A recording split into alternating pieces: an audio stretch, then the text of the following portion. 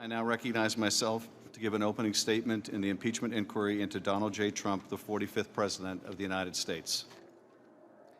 This morning we will hear from Gordan Sondland, the American ambassador to the European Union. We are here today as part of the House of Representatives impeachment inquiry.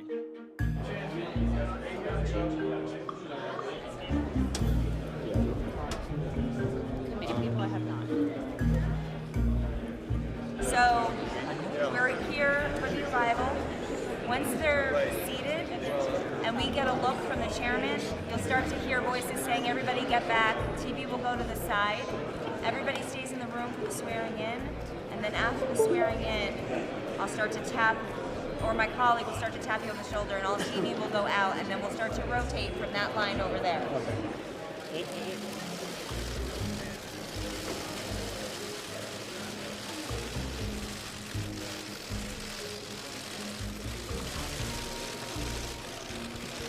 Ambassador Sondland was a skilled deal maker, but in trying to satisfy a directive from the president, found himself increasingly embroiled in an effort to press the new Ukrainian president that deviated sharply from the norm in both terms of policy and process.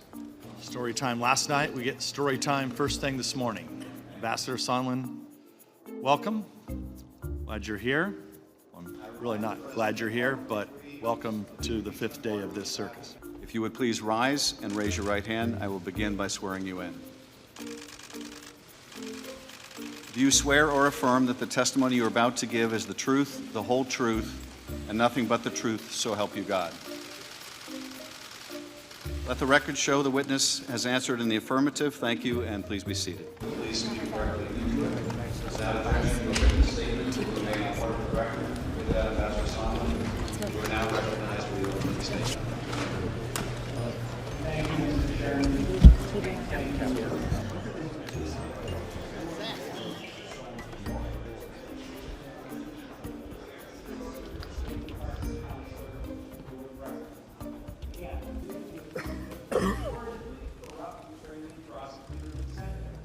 The call lasted 5 minutes.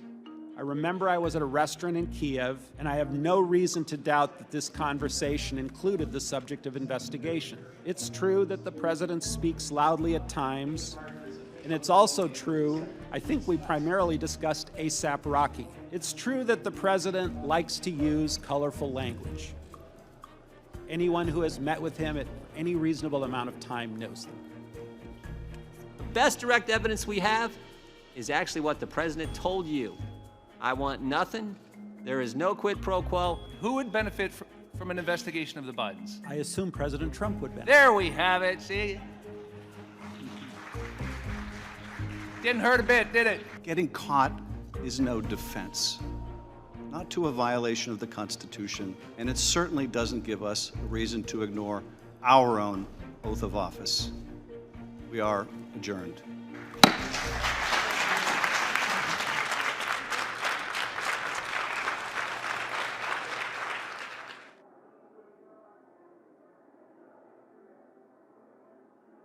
I now recognize myself to give an opening statement in the impeachment inquiry into Donald J. Trump, the 45th President of the United States. This morning we will hear from Gordan Sondland, the American ambassador to the European Union. We are here today as part of the House of Representatives impeachment inquiry.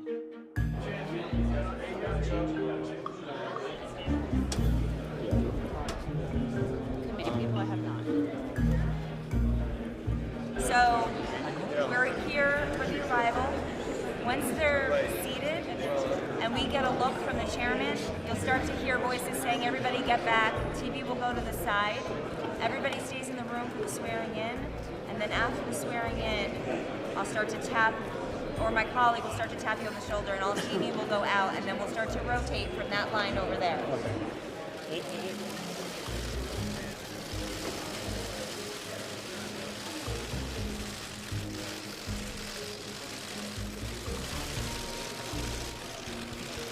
Ambassador Sondland was a skilled deal maker, but in trying to satisfy a directive from the president, found himself increasingly embroiled in an effort to press the new Ukrainian president that deviated sharply from the norm in both terms of policy and process.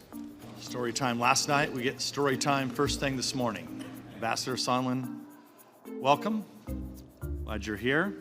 I'm really not glad you're here, but welcome to the 5th day of this circus. If you would please rise and raise your right hand, I will begin by swearing you in.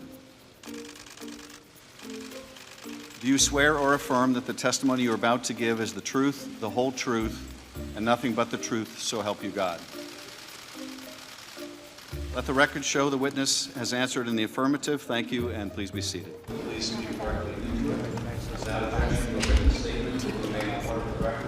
With that, Ambassador Sondland, you are now recognized for the opening statement. Thank you, Mr. Chairman.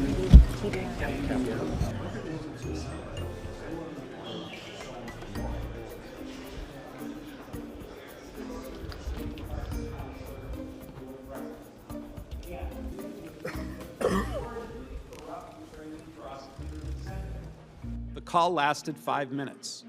I remember I was at a restaurant in Kyiv, and I have no reason to doubt that this conversation included the subject of investigation. It's true that the president speaks loudly at times, and it's also true, I think we primarily discussed ASAP Rocky. It's true that the president likes to use colorful language. Anyone who has met with him at any reasonable amount of time knows them. The best direct evidence we have is actually what the president told you. I want nothing. There is no quid pro quo. Who would benefit from an investigation of the Bidens? I assume President Trump would benefit. There we have it, see?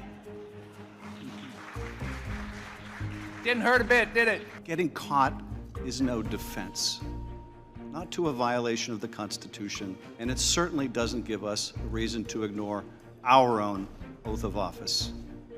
We are adjourned.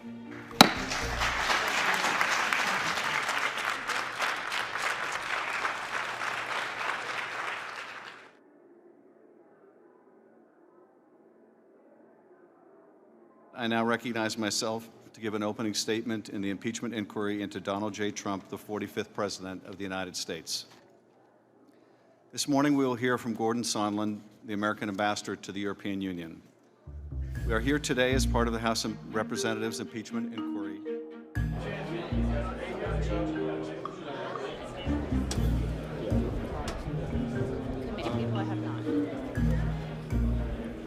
So we're here for the revival.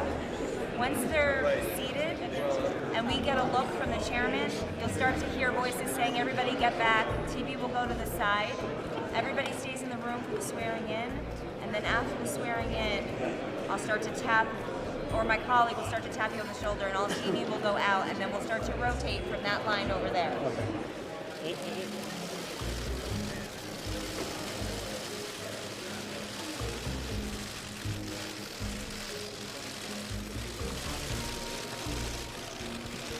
Ambassador Sondland was a skilled deal maker, but in trying to satisfy a directive from the president, found himself increasingly embroiled in an effort to press the new Ukrainian president that deviated sharply from the norm in both terms of policy and process. Story time last night, we get story time first thing this morning. Ambassador Sondland, welcome. Glad you're here. I'm really not glad you're here, but welcome to the 5th day of this circus. If you would please rise and raise your right hand, I will begin by swearing you in.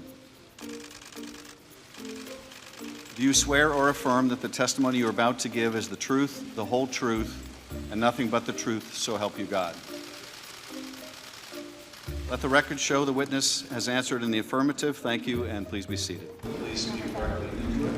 Is that a written statement to remain a part of the record? With that, Ambassador Sondland, you are now recognized for the opening statement. Thank you, Mr. Chairman.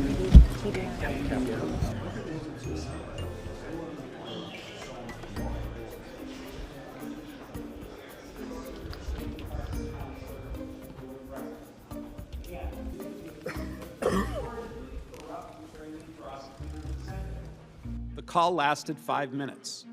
I remember I was at a restaurant in Kyiv, and I have no reason to doubt that this conversation included the subject of investigation. It's true that the president speaks loudly at times, and it's also true, I think we primarily discussed ASAP Rocky. It's true that the president likes to use colorful language.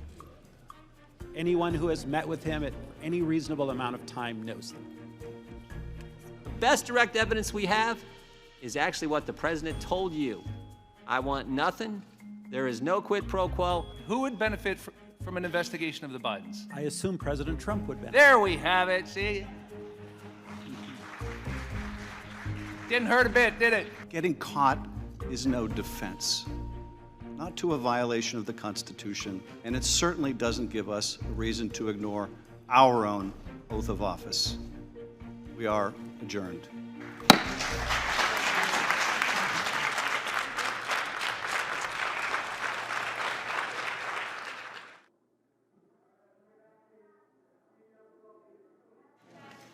I now recognize myself to give an opening statement in the impeachment inquiry into Donald J. Trump, the 45th President of the United States. This morning we will hear from Gordan Sondland, the American ambassador to the European Union. We are here today as part of the House of Representatives impeachment inquiry.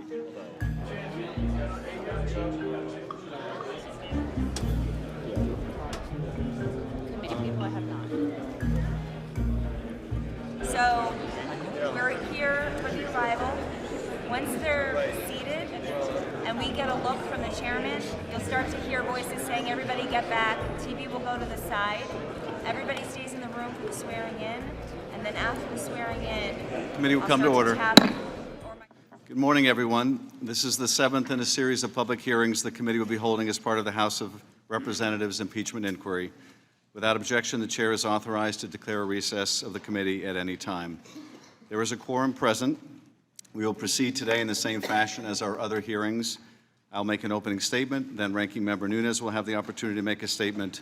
Then we will turn to our witnesses for their opening statements and then to questions. For audience members, we welcome you and respect your interest in being here. In turn, we ask for your respect as we proceed with today's hearing. It is the intention of the committee to proceed without disruptions. As chairman, I'll take all necessary and appropriate steps to maintain order and ensure that the committee is run in accordance with House rules and House Resolution 660. With that, I now recognize myself to give an opening statement in the impeachment inquiry into Donald J. Trump, the 45th President of the United States.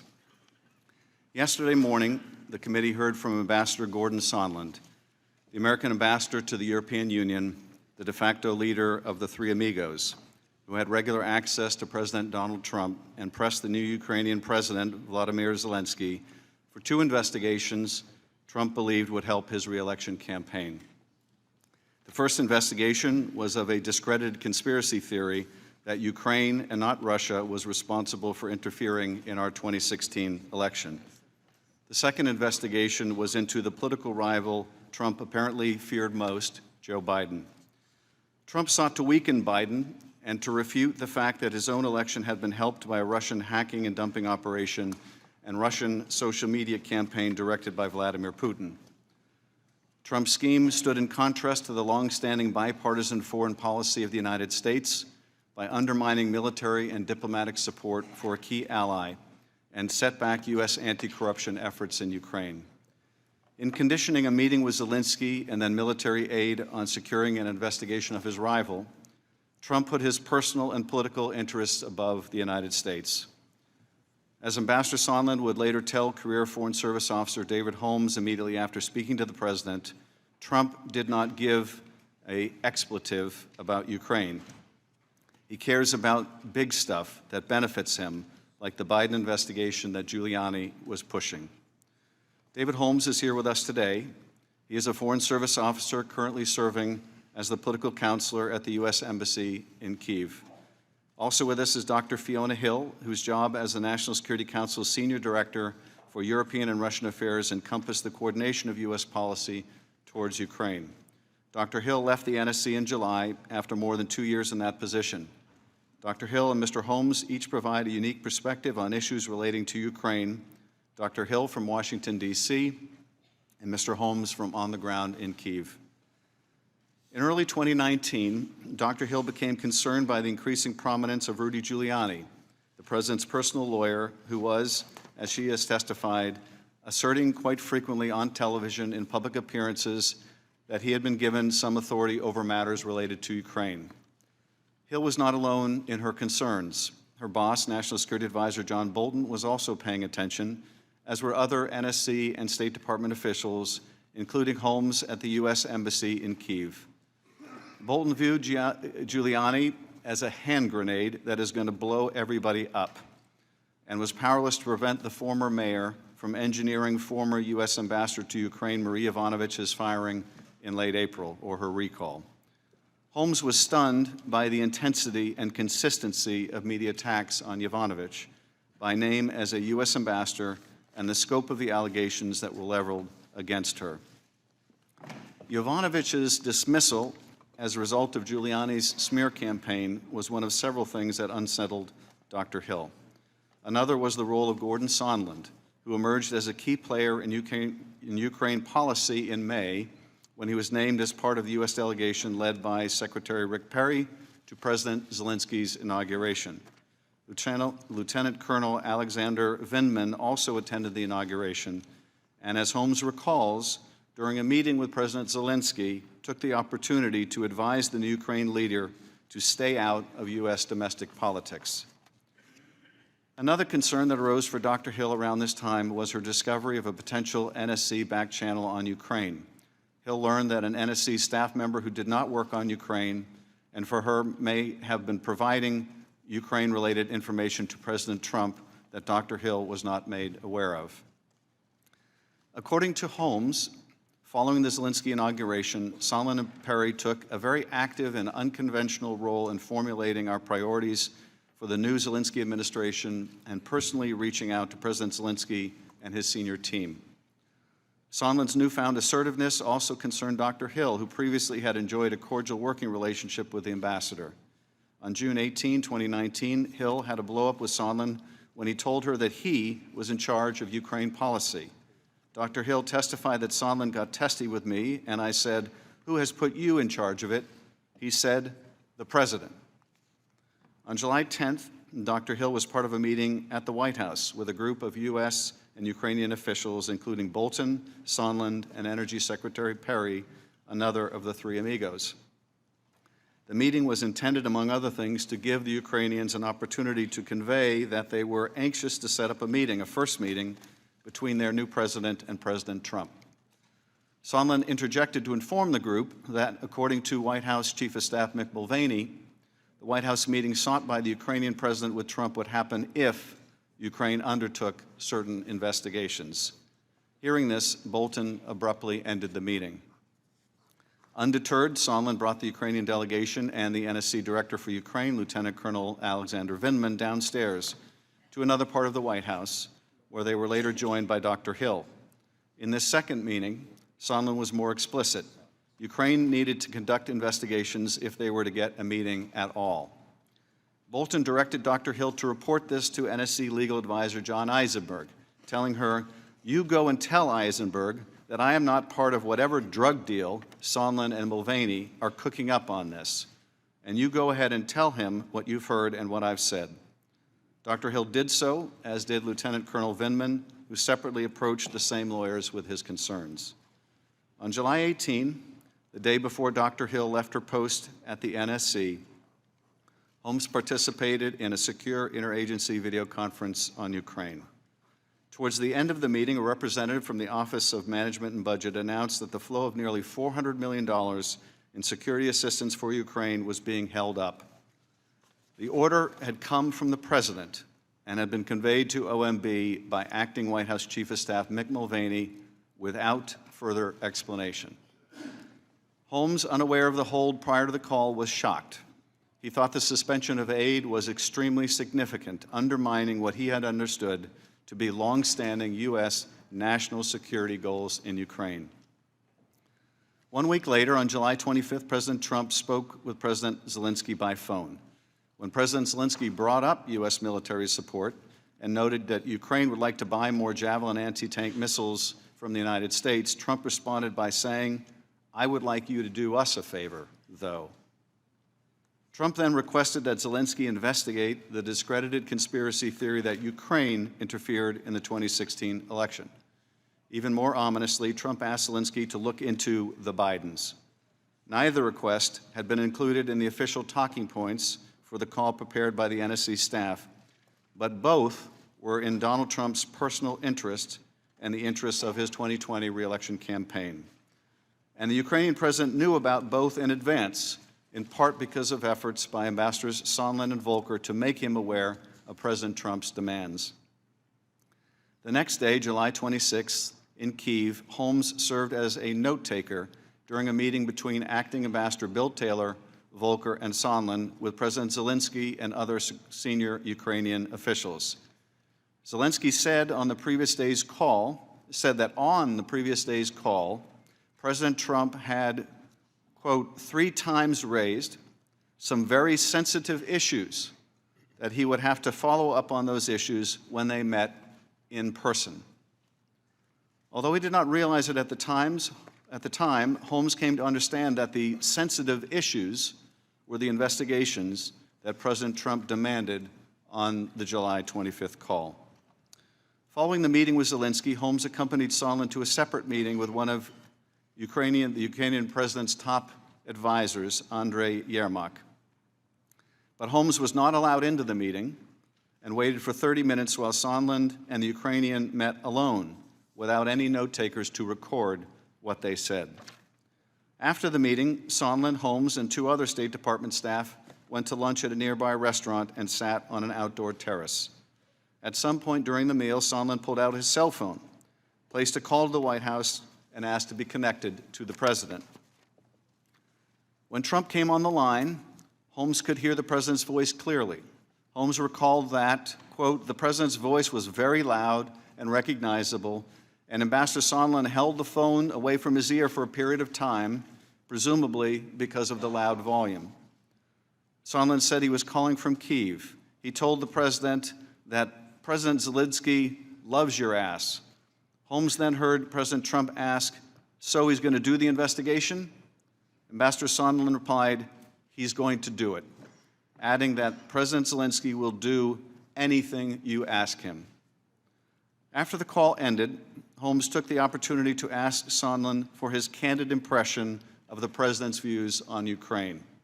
It was at this point that Sondland revealed that President Trump doesn't give an expletive about Ukraine.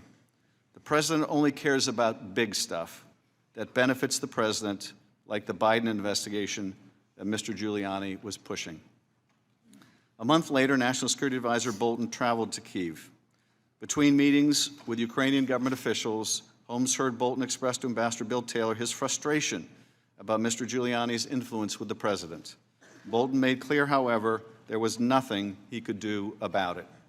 Bolton further stated that the hold on security assistance would not be lifted prior to the upcoming meeting between President Trump and Zelensky in Warsaw, where it would hang on whether Zelensky was able to favorably impress President Trump. Trump canceled his trip to Warsaw, but Sondland, Volker, and others continued to press for a public announcement of the opening of investigations by Zelensky. On September 8, Taylor told Holmes that, quote, now they're insisting Zelensky commit to the investigation in an interview with CNN.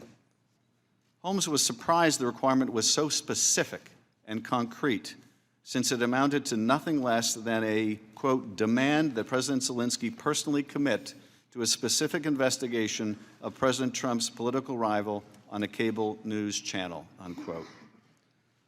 On September 9, this committee, along with the Foreign Affairs and Oversight Committees, launched our investigation of this corrupt scheme. President Trump released the hold on aide 2 days later. As CNN's Fareed Zakaria has revealed, the Ukrainians canceled the CNN interview shortly thereafter. 2 weeks later, on September 25th, the transcript of the July 25th call was released by the White House, and the details of the president's scheme started coming into view. In the coming days, Congress will determine what response is appropriate. If the president abused his power and invited foreign interference in our elections, if he sought to condition, coerce, extort, or bribe a vulnerable ally into conducting investigations to aid his re-election campaign and did so by withholding official acts, a White House meeting, or hundreds of millions of dollars of needed military aid, it will be for us to decide whether those acts are compatible with the office of the presidency. I now recognize Ranking Member Nunes for any remarks he would like to make. Thank you. Throughout these bizarre hearings, the Democrats have struggled to make the case that President Trump committed some impeachable offense on his phone call with Ukrainian President Zelensky. The offense itself changes depending on the day, ranging from quid pro quo to extortion to bribery to obstruction of justice, then back to quid pro quo. It's clear why the Democrats have been forced onto this carousel of accusations. President Trump had good reason to be wary of Ukrainian election meddling against his campaign and of widespread corruption in that country. President Zelensky, who didn't even know aid to Ukraine had been paused at the time of the call, has repeatedly said there was nothing wrong with the conversation. The aid was resumed without the Ukrainians taking the actions they were supposedly being coerced into doing. Aid to Ukraine under President Trump has been much more robust than it was under President Obama, thanks to the provision of Javelin anti-tank weapons. As numerous witnesses have testified, temporary holds on foreign aid occur fairly frequently for many different reasons. So how do we have an impeachable offense here when there's no actual misdeed and no one even claiming to be a victim? The Democrats have tried to solve this dilemma with a simple slogan: he got caught. President Trump, we are to believe, was just about to do something wrong, and getting caught was the only reason he backed down from whatever nefarious thought crime the Democrats are accusing him of almost committing. I once again urge Americans to continue to consider the credibility of the Democrats on this committee who are now hurling these charges. For the last 3 years, it's not President Trump who got caught. It's the Democrats who got caught.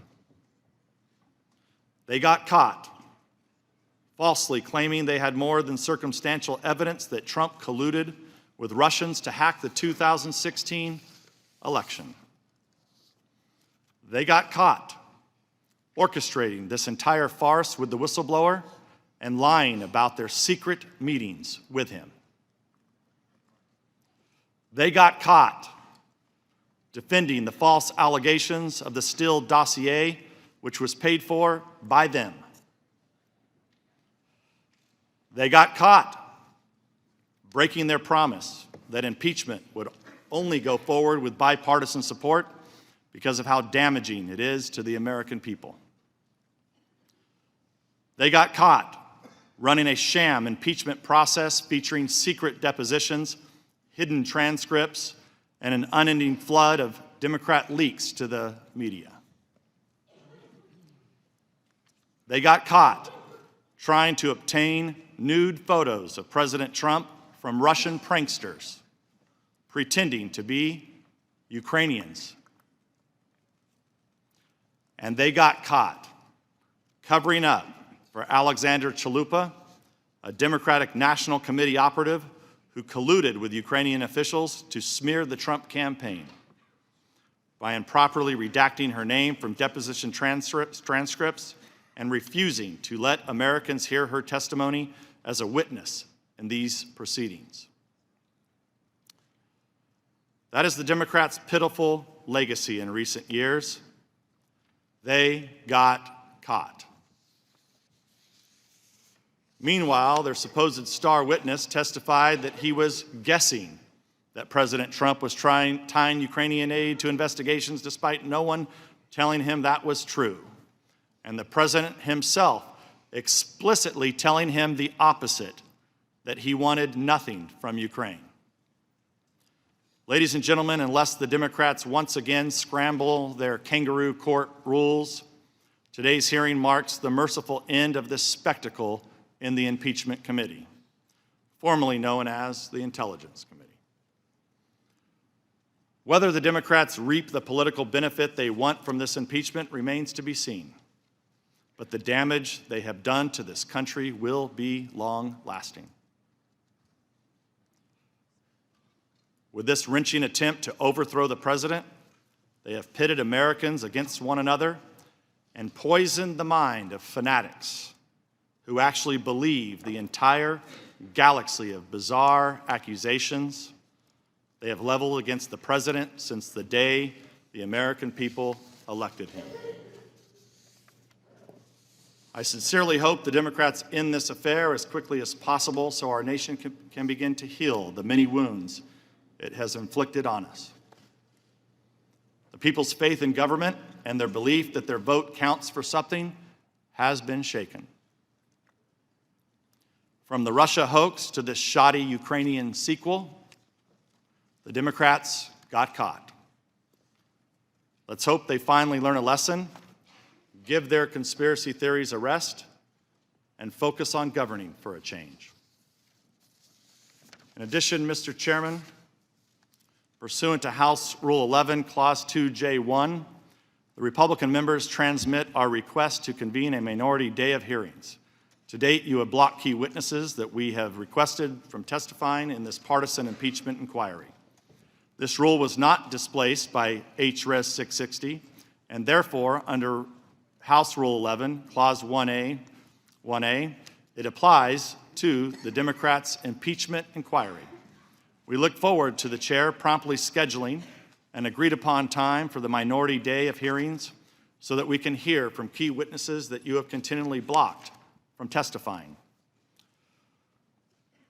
I'd also like to take a quick moment on an assertion Ms. Hill made in the statement that she submitted to this committee,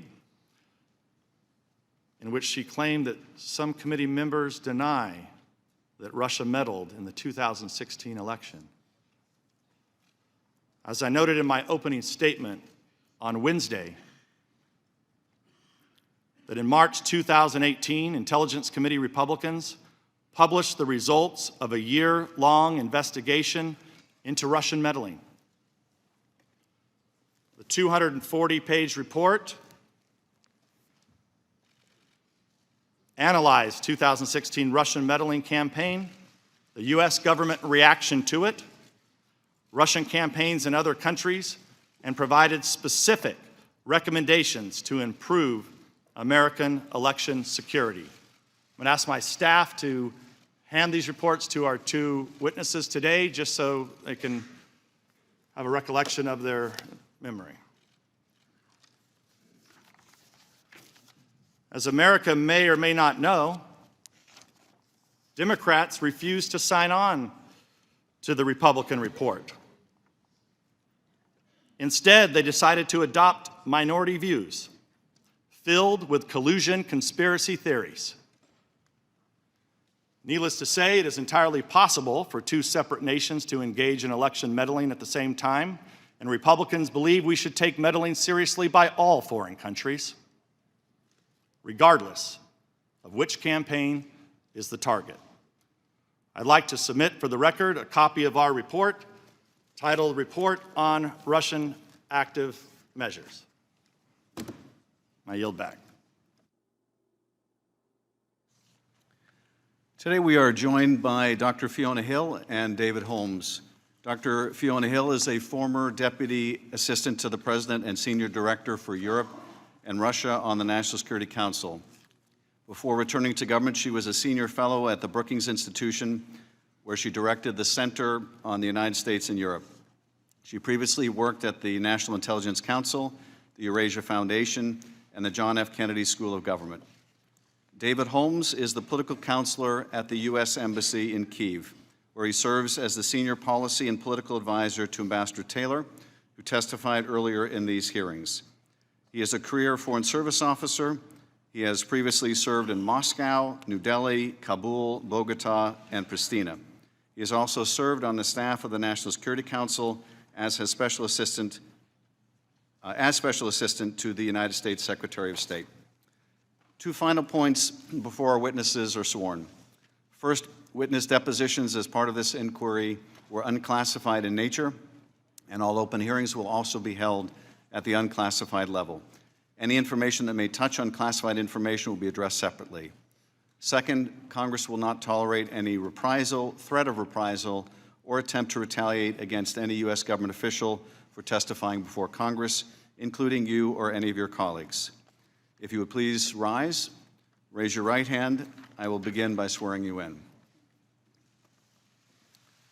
Do you swear or affirm that the testimony you're about to give is the truth, the whole truth, and nothing but the truth, so help you God? Let the record show that the witnesses answered in the affirmative. Thank you, and you may be seated. The microphones are sensitive, so you'll need to speak directly into them. Without objection, your written statements will be made part of the record. With that, Mr. Holmes, you are now recognized for your opening statement, and when you conclude, Dr. Hill, you will be immediately recognized thereafter for your opening statement.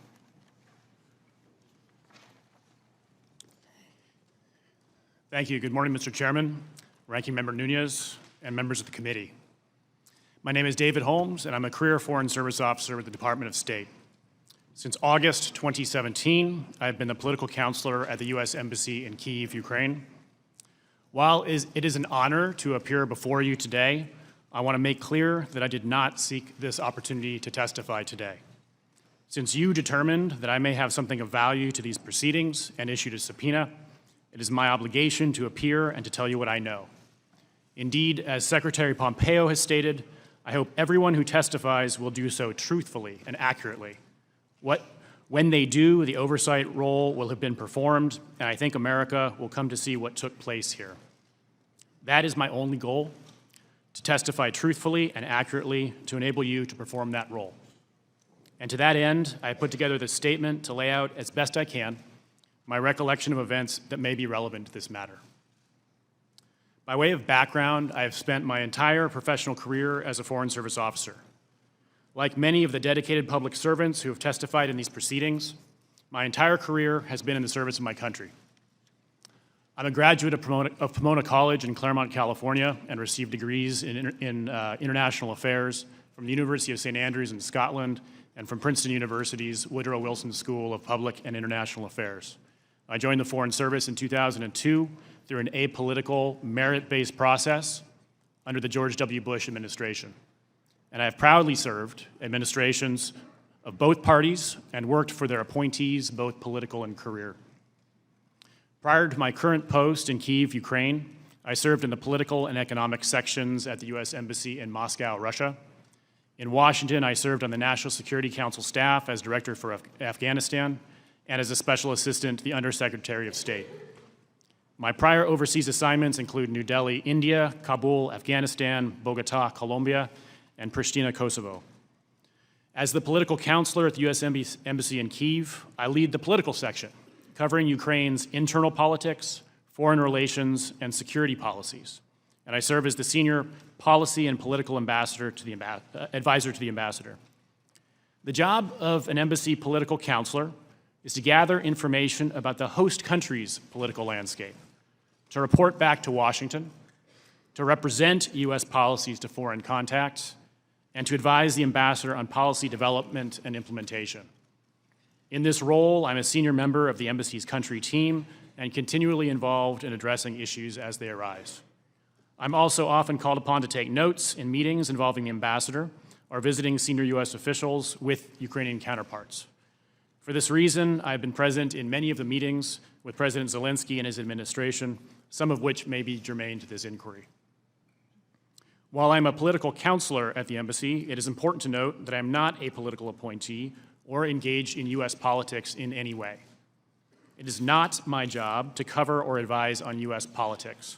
On the contrary, I'm an apolitical foreign policy professional, and my job is to focus on the politics of the country in which I serve so that we can better understand the local landscape and better advance U.S. national interests there. In fact, during the period that we'll cover today, my colleagues and I followed direct guidance from Ambassador Yovanovitch and Ambassador Taylor to focus on doing our jobs as foreign policy professionals and to stay clear of Washington politics. I arrived in Kyiv to take up my assignment as political counselor in August 2017, a year after Ambassador Yovanovitch received her appointment. From August 2017 until her removal from post in May 2019, I was Ambassador Yovanovitch's chief policy advisor and developed a deep respect for her dedication, determination, decency, and professionalism. During this time, we worked together closely, speaking multiple times per day, and I accompanied Ambassador Yovanovitch to many of her meetings with senior Ukrainian counterparts. Our work in Ukraine focused on 3 policy priorities: peace and security, economic growth and reform, and anti-corruption and rule of law. These policies match the 3 consistent priorities of the Ukrainian people since 2014, as measured in public opinion polling, namely an end to the conflict with Russia that restores national unity and territorial integrity, responsible economic policies that deliver European standards of growth and opportunity, and effective and impartial rule of law institutions that deliver justice in cases of high-level official corruption. Our efforts on this 3rd policy priority merit special mention because it was during Ambassador Yovanovitch's tenure that we achieved the hard-fought passage of a law establishing an independent court to try corruption cases. These efforts strained Ambassador Yovanovitch's relationship with former President Poroshenko and some of his allies, including Prosecutor General Yuri Lutsenko, who resisted fully empowering truly independent anti-corruption institutions that would help ensure that no Ukrainians, however powerful, were above the law. Despite this resistance, the ambassador and the embassy kept pushing anti-corruption and other priorities of our policy towards Ukraine. Beginning in March 2019, the situation at the embassy and in Ukraine changed dramatically. Specifically, the 3 priorities of security, economy, and justice, and our support for Ukrainian democratic resistance to Russian aggression became overshadowed by a political agenda promoted by former New York City Mayor Rudy Giuliani and a cadre of officials operating with a direct channel to the White House. That change began with the emergence of press reports critical of Ambassador Yovanovitch and machinations by then Prosecutor General Lutsenko and others to discredit her. In mid-March 2019, an embassy colleague learned from a Ukrainian contact that Mr. Lutsenko had complained that Ambassador Yovanovitch had, quote, destroyed him with her refusal to support him until he followed through with his reform commitments and ceased using his position for personal gain. In retaliation, Mr. Lutsenko made a series of unsupported allegations against Ambassador Yovanovitch, mostly suggesting that Ambassador Yovanovitch improperly used the embassy to advance the political interests of the Democratic Party. Among Mr. Lutsenko's allegations were that the embassy had ordered the investigation of a former Ukrainian official solely because that former official was allegedly the main Ukrainian contact of the Republican Party and of President Trump personally, and that the embassy had allegedly pressured Lutsenko's predecessor to close a case against a different former Ukrainian official solely because of an alleged connection between that official's company, Burisma, and former Vice President Biden's son. Mr. Lutsenko also claimed that he had never received $4.4 million in U.S. funds intended for his office, and that there was a tape of a Ukrainian official saying that he was trying to help Hillary Clinton win the 2016 election.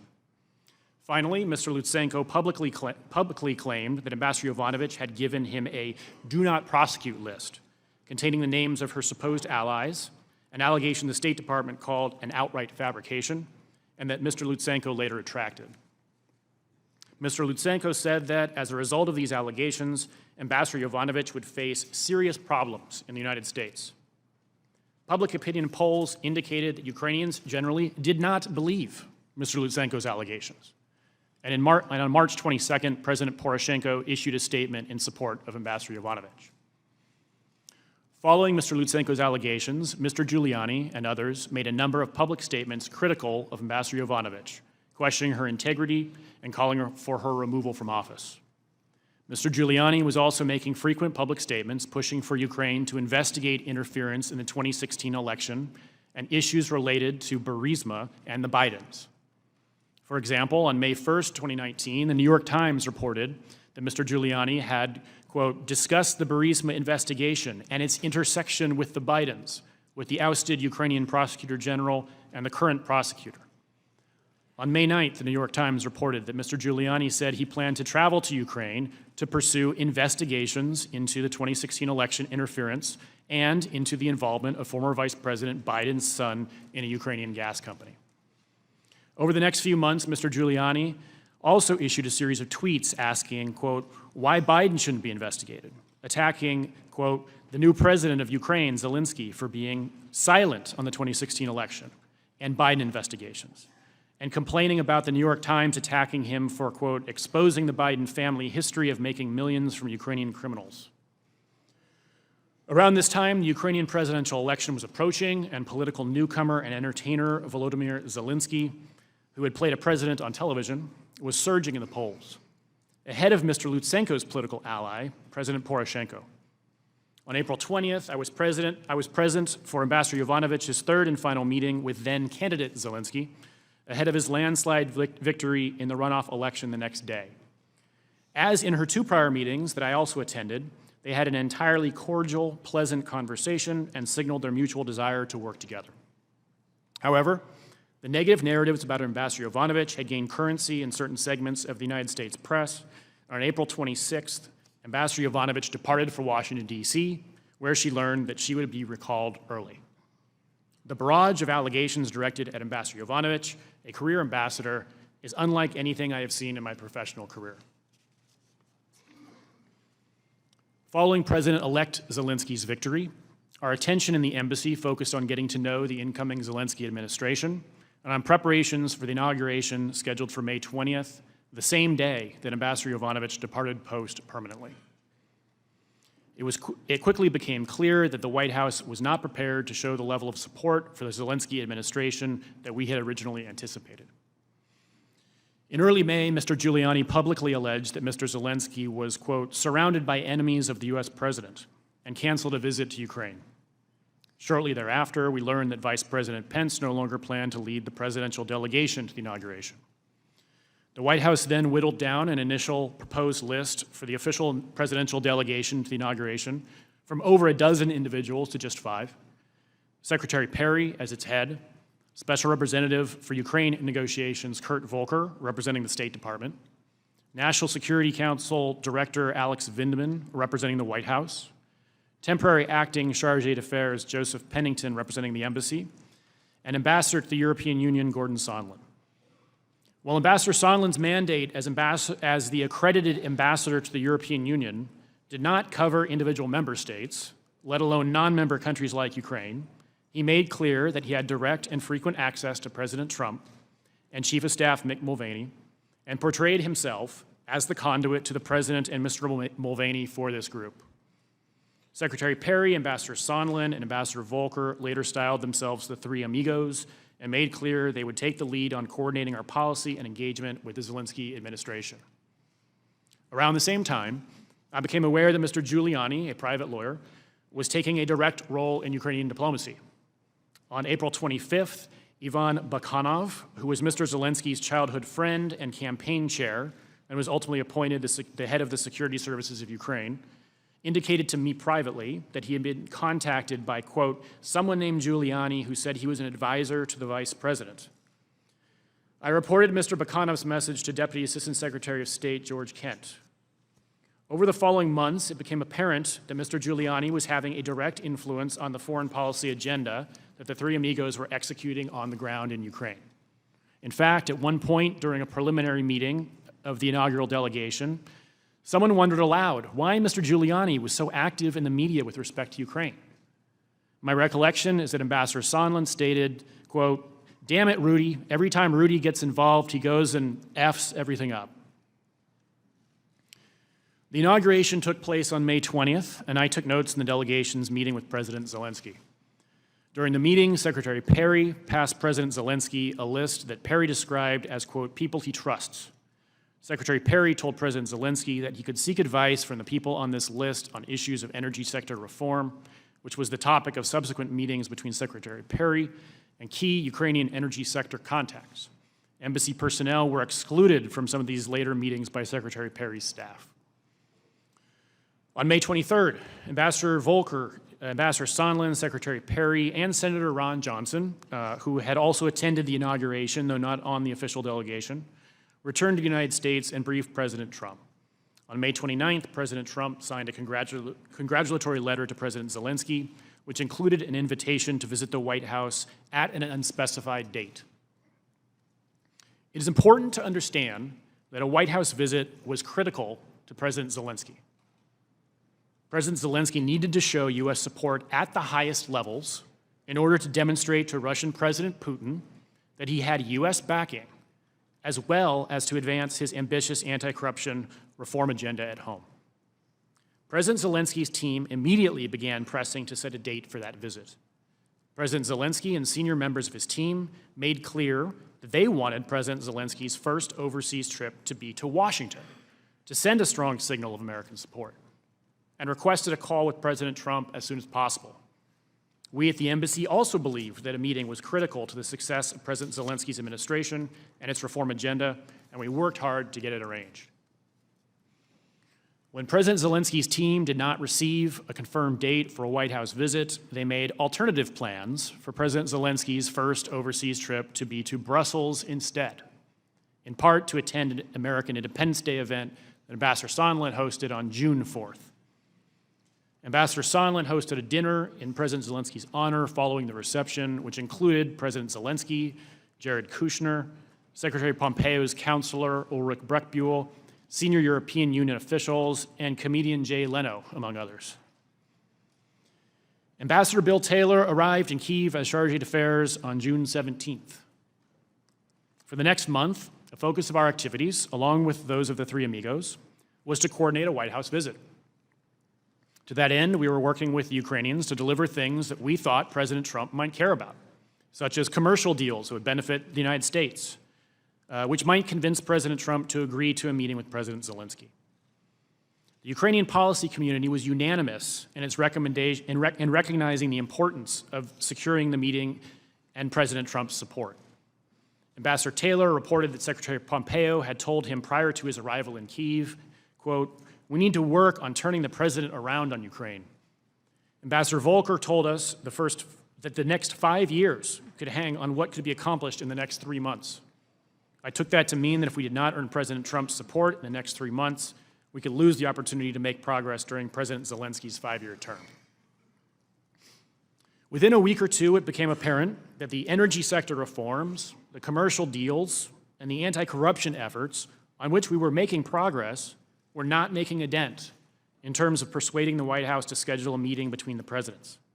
On June 27th, Ambassador Sondland told Ambassador Taylor in a phone conversation, the gist of which Ambassador Taylor shared with me at the time, that President Zelensky needed to make clear to President Trump that President Zelensky was not standing in the way of, quote, investigations.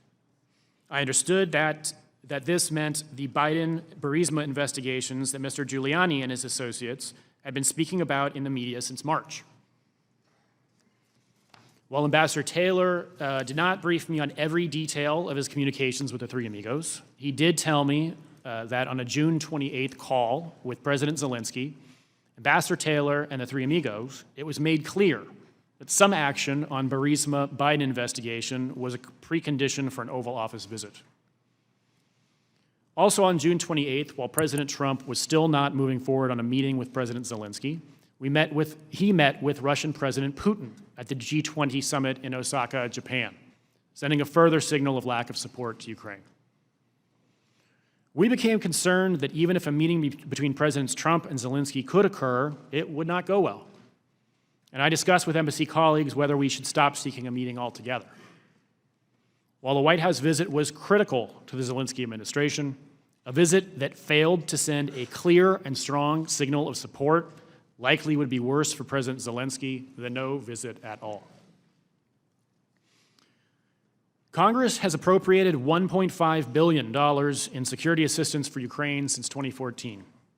This assistance has provided crucial material and moral support to Ukraine in its defensive war with Russia, and has helped Ukraine build its armed forces virtually from scratch into arguably the most capable and battle-hardened land force in Europe.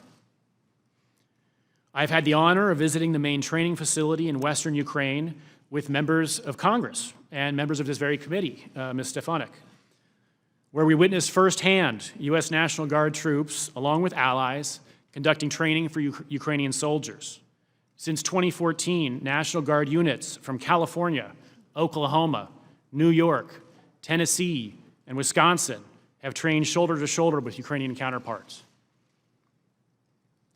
Given the history of U.S. security assistance to Ukraine and the bipartisan recognition of its importance, I was shocked when on July 18th, an Office of Management and Budget staff member surprisingly announced the hold on Ukraine security assistance. The announcement came toward the end of a nearly 2-hour National Security Council secure video conference call, which I participated in from the embassy conference room.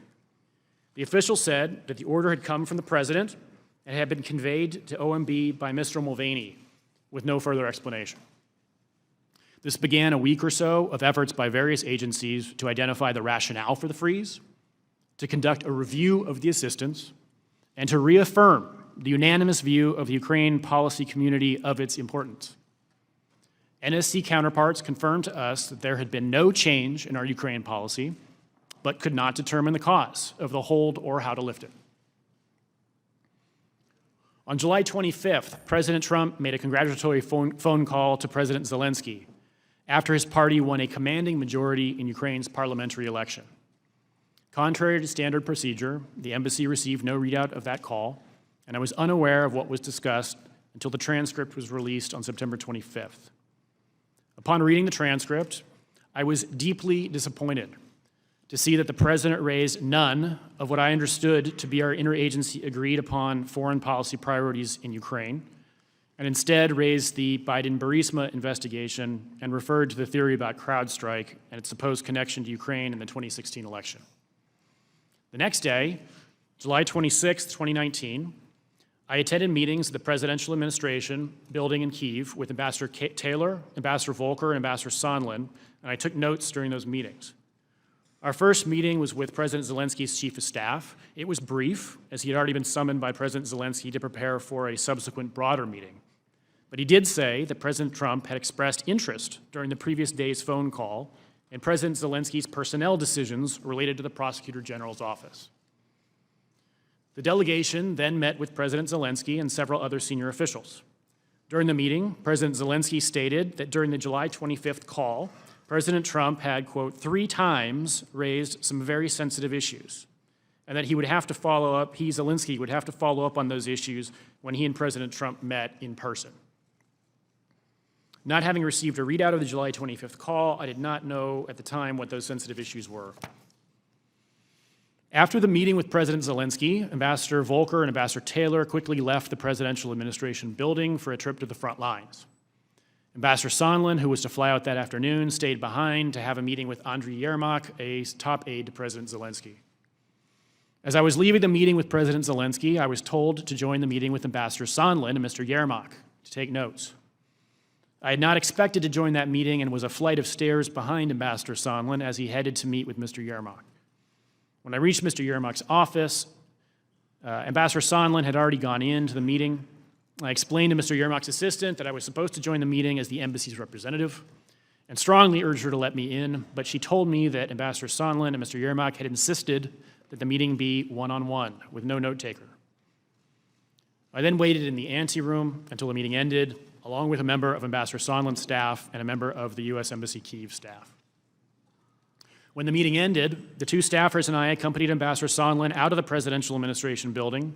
Ambassador Sondland said that he wanted to go to lunch, and I told Ambassador Sondland that I'd be happy to join him and the 2 staffers for lunch if he wanted to brief me out on his meeting with Mr. Yermak or discuss other issues. And Ambassador Sondland said that I should join. The 4 of us went to a nearby restaurant and sat on an outdoor terrace. I sat directly across from Ambassador Sondland, and the 2 staffers sat off to our sides. At first, the lunch was largely social. Ambassador Sondland selected a bottle of wine that he shared among the 4 of us, and we discussed topics such as marketing strategies for his hotel business. During the lunch, Ambassador Sondland said that he was going to call President Trump to give him an update. Ambassador Sondland placed a call on his mobile phone, and I heard him announce himself several times along the lines of Gordan Sondland holding for the president. It appeared that he was being transferred through several layers of switchboards and assistants, and I then noticed Ambassador Sondland's demeanor changed and understood that he had been connected to President Trump. While Ambassador Sondland's phone was not on speakerphone, I could hear the president's voice through the earpiece of the phone. The president's voice was loud and recognizable, and Ambassador Sondland held the phone away from his ear for a period of time, presumably because of the loud volume. I heard Ambassador Sondland greet the president and explain he was calling from Kyiv. I heard President Trump then clarify that Ambassador Sondland was in Ukraine. Ambassador Sondland replied, yes, he was in Ukraine, and went on to state that President Zelensky, quote, loves your ass. I then heard President Trump ask, so he's going to do the investigation. Ambassador Sondland replied that he's going to do it, adding that President Zelensky will do anything you ask him to do. Even though I did not take notes of these statements, I have a clear recollection that these statements were made. I believe that my colleagues who were sitting at the table also knew that Ambassador Sondland was speaking with the president.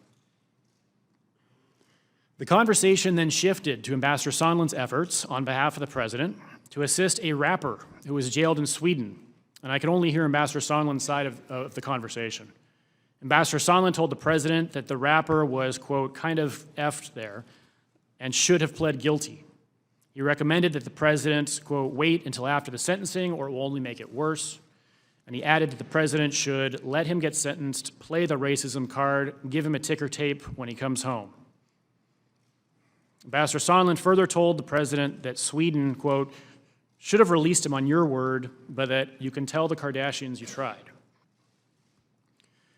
After the call ended, Ambassador Sondland remarked that the president was in a bad mood. As Ambassador Sondland stated, it was often the case early in the morning. I then took the opportunity to ask Ambassador Sondland for his candid impression of the president's views on Ukraine. In particular, I asked Ambassador Sondland if it was true that the president did not give an expletive about Ukraine. Ambassador Sondland agreed that the president did not give an expletive about Ukraine. I asked why not, and Ambassador Sondland stated that the president only cares about big stuff. I noted there was big stuff going on in Ukraine, like a war with Russia. And Ambassador Sondland replied that he meant big stuff that benefits the president, like the Biden investigation that Mr. Giuliani was pushing. The conversation then moved on to other topics. Upon returning to the embassy, I immediately briefed my direct supervisor, the Deputy Chief of Mission, about Ambassador Sondland's call with President Trump and my subsequent conversation with Ambassador Sondland. I told others at the embassy about the call as well. I also emailed an embassy official in Sweden regarding the issue with the U.S. rapper that was discussed on the call. July 26th was my last day in the office ahead of a long-planned vacation that ended on August 6th. After returning to the embassy, I told Ambassador Taylor about the July 26th call. I also repeatedly referred to the call and the conversation with Ambassador Sondland in meetings and conversations where the issue of the president's interest in Ukraine was potentially relevant. At that time, Ambassador Sondland's statement of the president's lack of interest in Ukraine was of particular focus. We understood that in order to secure a meeting between President Trump and President Zelensky, we would have to work hard to find a way to explain Ukraine's importance to President Trump in terms that he found compelling. Over the ensuing weeks, we continued to try to identify ways to frame the importance of Ukraine in ways that would appeal to the president, to determine how to lift the hold on security assistance, and to move forward on the scheduling of a White House visit by President Zelensky. Ukrainian Independence Day, August 24th, presented another good opportunity to show support for Ukraine. Secretary Pompeo had considered attending, as National Security Advisor Bolton had attended in 2018, and Defense Secretary Mattis had attended in 2017. But in the end, nobody senior to Ambassador Volker attended. Shortly thereafter, on August 27th, Ambassador Bolton visited Ukraine and brought welcome news that President Trump had agreed to meet President Zelensky on September 1st in Warsaw. Ambassador Bolton further indicated that the hold on security assistance would not be lifted prior to the Warsaw meeting, where it would hang on whether President Zelensky was able to, quote, favorably impress President Trump. I took notes in Ambassador Bolton's meetings that day with President Zelensky and his chief of staff. Ambassador Bolton told Zelensky's chief of staff that the meeting between the presidents in Warsaw would be, quote, crucial to cementing their relationship. However, President Trump ultimately pulled out of the Warsaw trip, so the hold remained in place with no clear means to get it lifted. Between the meetings on August 27th, I heard Ambassador Bolton express to Ambassador Taylor and National Security Council Senior Director Tim Morrison his frustration about Mr. Giuliani's influence with the president, making clear there was nothing he could do about it. He recommended that Mr. Lutsenko's replacement as Prosecutor General open a channel with his counterpart, Attorney General Barr, in place of the informal channel between Mr. Yermak and Mr. Giuliani. Ambassador Bolton also expressed frustration about Ambassador Sondland's expansive interpretation of his mandate. After President Trump canceled his visit to Warsaw, we continued to try to appeal to the president in foreign policy and national security terms. To that end, Ambassador Taylor told me that Ambassador Bolton recommended that he, Ambassador Taylor, send a first-person cable to Secretary Pompeo articulating the importance of the security assistance. At Ambassador Taylor's direction, I drafted and transmitted the cable on Ambassador Taylor's behalf on August 29th, which further attempted to explain the importance of Ukraine and the security assistance to U.S. national security. By this point, however, my clear impression was that the security assistance hold was likely intended by the president either as an expression of dissatisfaction with the Ukrainians, who had not yet agreed to the Burisma-Biden investigation, or as an effort to increase the pressure on them to do so.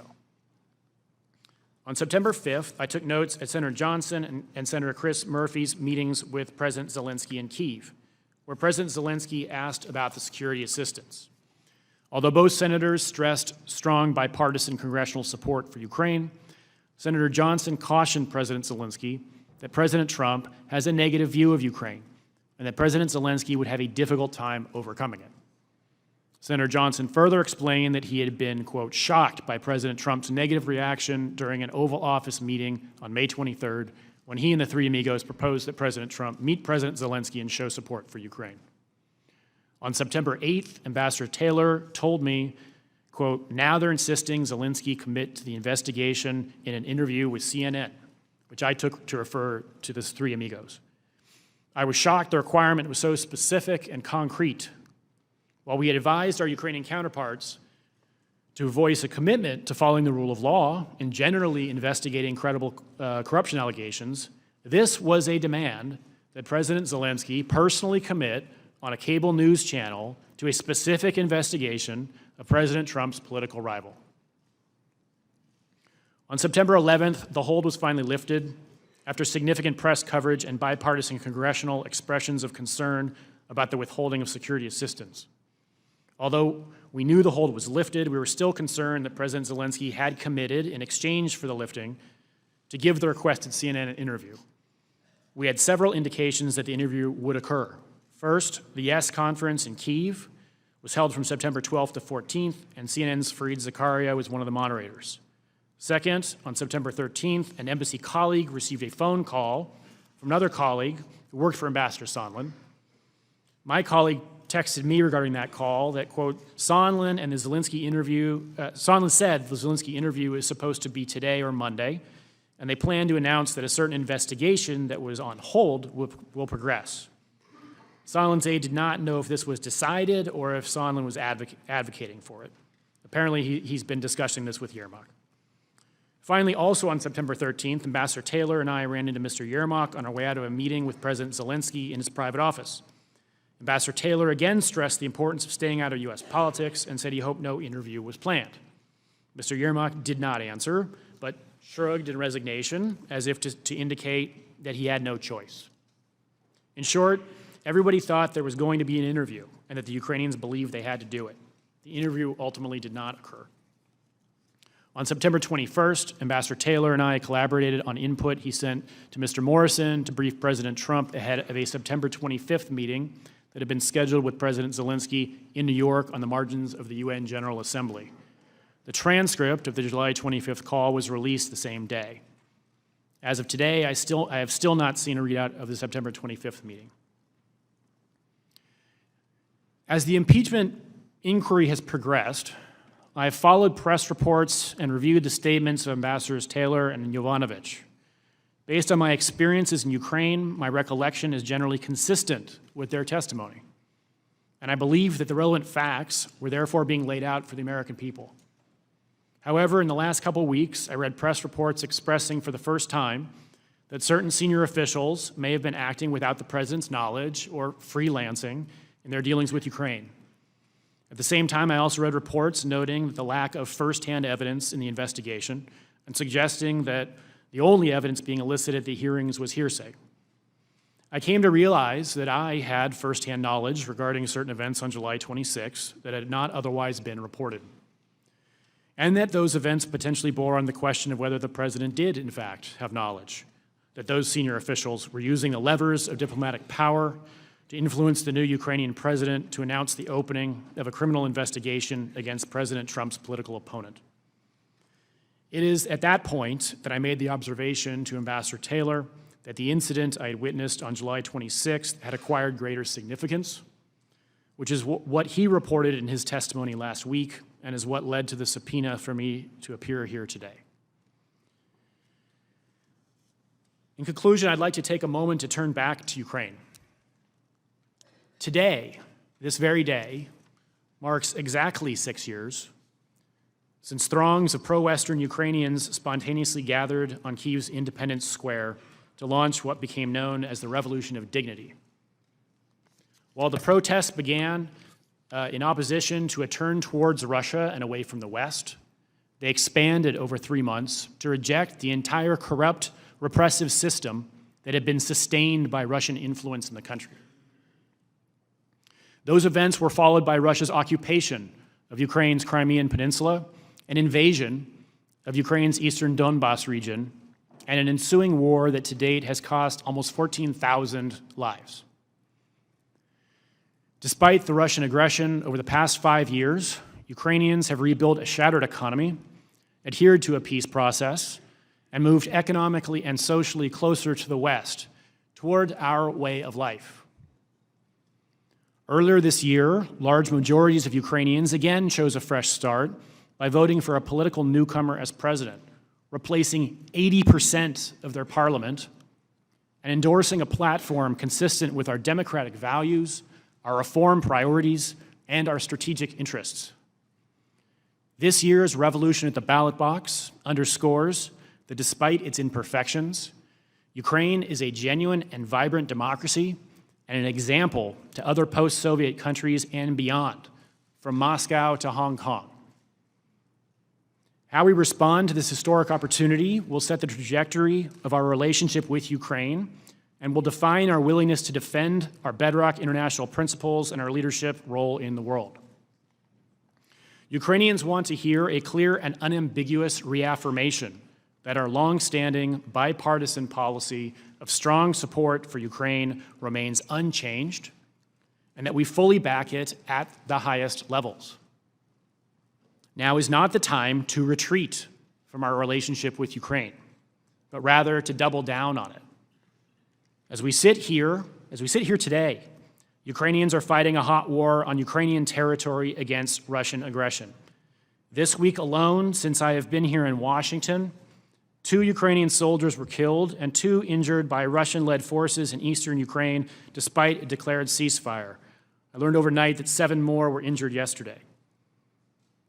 As Vice President Pence said after his meeting with President Zelensky in Warsaw, the U.S.-Ukraine relationship has never been stronger.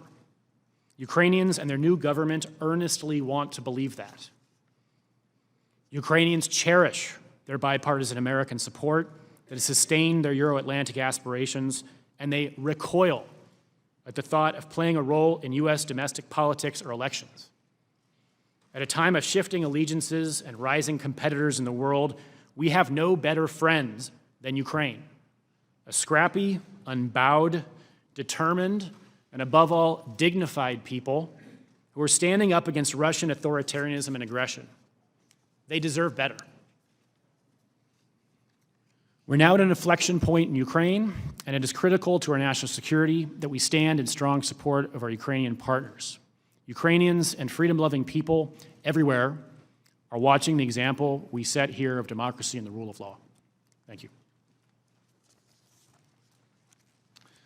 Thank you, Mr. Holmes. Dr. Hill. Thank you, Mr. Chairman. Do I need to adjust the microphone? Is the microphone on?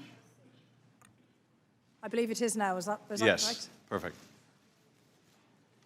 Thank you again, Mr. Chairman. Mr. Chairman, Ranking Member Nunes and members of the committee, thank you for inviting me to testify before you today. I have a short opening statement. I appreciate the importance of Congress's impeachment inquiry, and I'm appearing today as a fact witness, as I did during my deposition on October 14th, in order to answer your questions about what I saw, what I did, what I knew, and what I know with regard to the subjects of your inquiry. I believe that those who have information that the Congress deems relevant have a legal and a moral obligation to provide it. I take great pride in the fact that I'm a non-partisan foreign policy expert who has served under 3 Republican and Democratic presidents. I have no interest in advancing the outcome of your inquiry in any particular direction except toward the truth. I will not provide a long narrative statement because I believe that the interest of Congress and the American people is best served by allowing you to ask me your questions. And I'm happy to expand upon my October 14th deposition testimony in response to your questions today. But before I do so, I'd like to communicate 2 things. First, I'd like to share a little bit about who I am. I'm an American by choice, having become a citizen in 2002. I was born in the northeast of England, in the same region that George Washington's ancestors came from. Both my region and my family have deep ties to the United States. My paternal grandfather fought through World War I in the Royal Field Artillery, surviving being shot, shelled, and gassed before American troops intervened to end the war in 1918. During the Second World War, other members of my family fought to defend the free world from fascism alongside American soldiers, sailors, and airmen. The men in my father's family were coal miners, whose family has always struggled with poverty. When my father, Alfred, was 14, he joined his father, brother, uncles, and cousins in the coal mines to help put food on the table.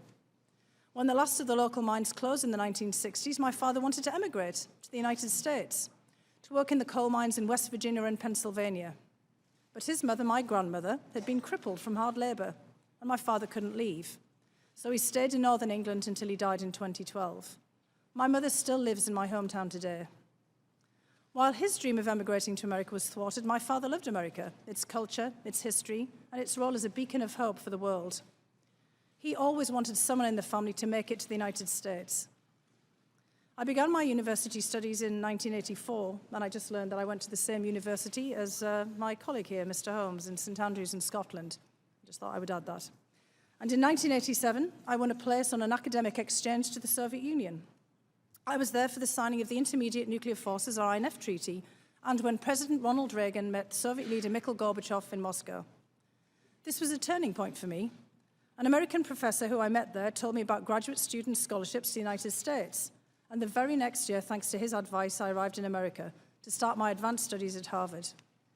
Years later, I can say with confidence that this country has offered me opportunities I never would have had in England. I grew up poor, with a very distinctive working-class accent. In England, in the 1980s and 1990s, this would have impeded my professional advancement. This background has never set me back in America. For the best part of 3 decades, I've built a career as a non-partisan, non-political national security professional focusing on Europe and Eurasia, and especially the former Soviet Union. I've served our country under 3 presidents, in my most recent capacity under President Trump, as well as in my former position under my former position of National Intelligence Officer for Russia and Eurasia under Presidents George W. Bush and Barack Obama. In that role, I was the intelligence community's senior expert on Russia and the former Soviet republics, including Ukraine. It was because of my background and experience that I was asked to join the National Security Council in 2017. At the NSC, Russia was part of my portfolio, but I was also responsible for coordinating U.S. policy for all of Western Europe, all of Eastern Europe, including Ukraine and Turkey, along with NATO and the European Union. I was hired initially by General Michael Flynn, Katie McFarland, and General Keith Kellogg. But then I started work in April 2017 when General McMaster was the National Security Advisor.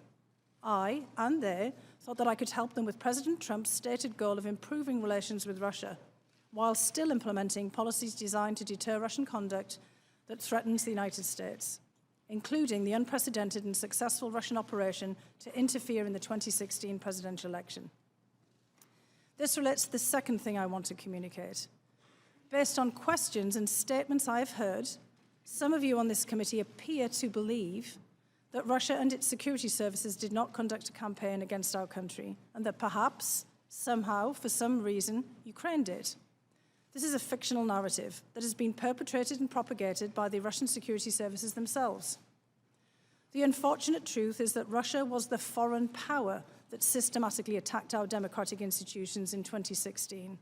This is the public conclusion of our intelligence agencies, confirmed in bipartisan congressional reports.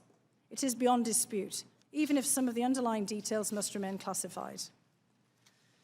The impact of the successful 2016 Russian campaign remains evident today. Our nation is being torn apart. Truth is questioned. Our highly professional and expert career foreign service is being undermined. U.S. support for Ukraine, which continues to face armed Russian aggression, has been politicized. The Russian government's goal is to weaken our country, to diminish America's global role, and to neutralize a perceived U.S. threat to Russian interests. President Putin and the Russian security services aim to counter U.S. foreign policy objectives in Europe, including in Ukraine, where Moscow wishes to reassert political and economic dominance. I say this not as an alarmist, but as a realist. I do not think long-term conflict with Russia is either desirable or inevitable. I continue to believe that we need to seek ways of stabilizing our relationship with Moscow, even as we counter their efforts to harm us. Right now, Russia's security services and their proxies have geared up to repeat their interference in the 2020 election. We are running out of time to stop them. In the course of this investigation, I would ask that you please not promote politically driven falsehoods that so clearly advance Russian interests. As Republicans and Democrats have agreed for decades, Ukraine is a valued partner of the United States, and it plays an important role in our national security. And as I told the committee last month, I refuse to be part of an effort to legitimize an alternate narrative that the Ukrainian government is a U.S. adversary and that Ukraine, not Russia, attacked us in 2016. These fictions are harmful even if they're deployed for purely domestic political purposes. President Putin and the Russian security services operate like a super PAC. They deploy millions of dollars to weaponize our own political opposition research and false narratives. When we are consumed by partisan rancor, we cannot combat these external forces as they seek to divide us against each other, degrade our institutions, and destroy the faith of the American people in our democracy. I respect the work that this Congress does in carrying out its constitutional responsibilities, including this inquiry, and I'm here to help you to the best of my ability.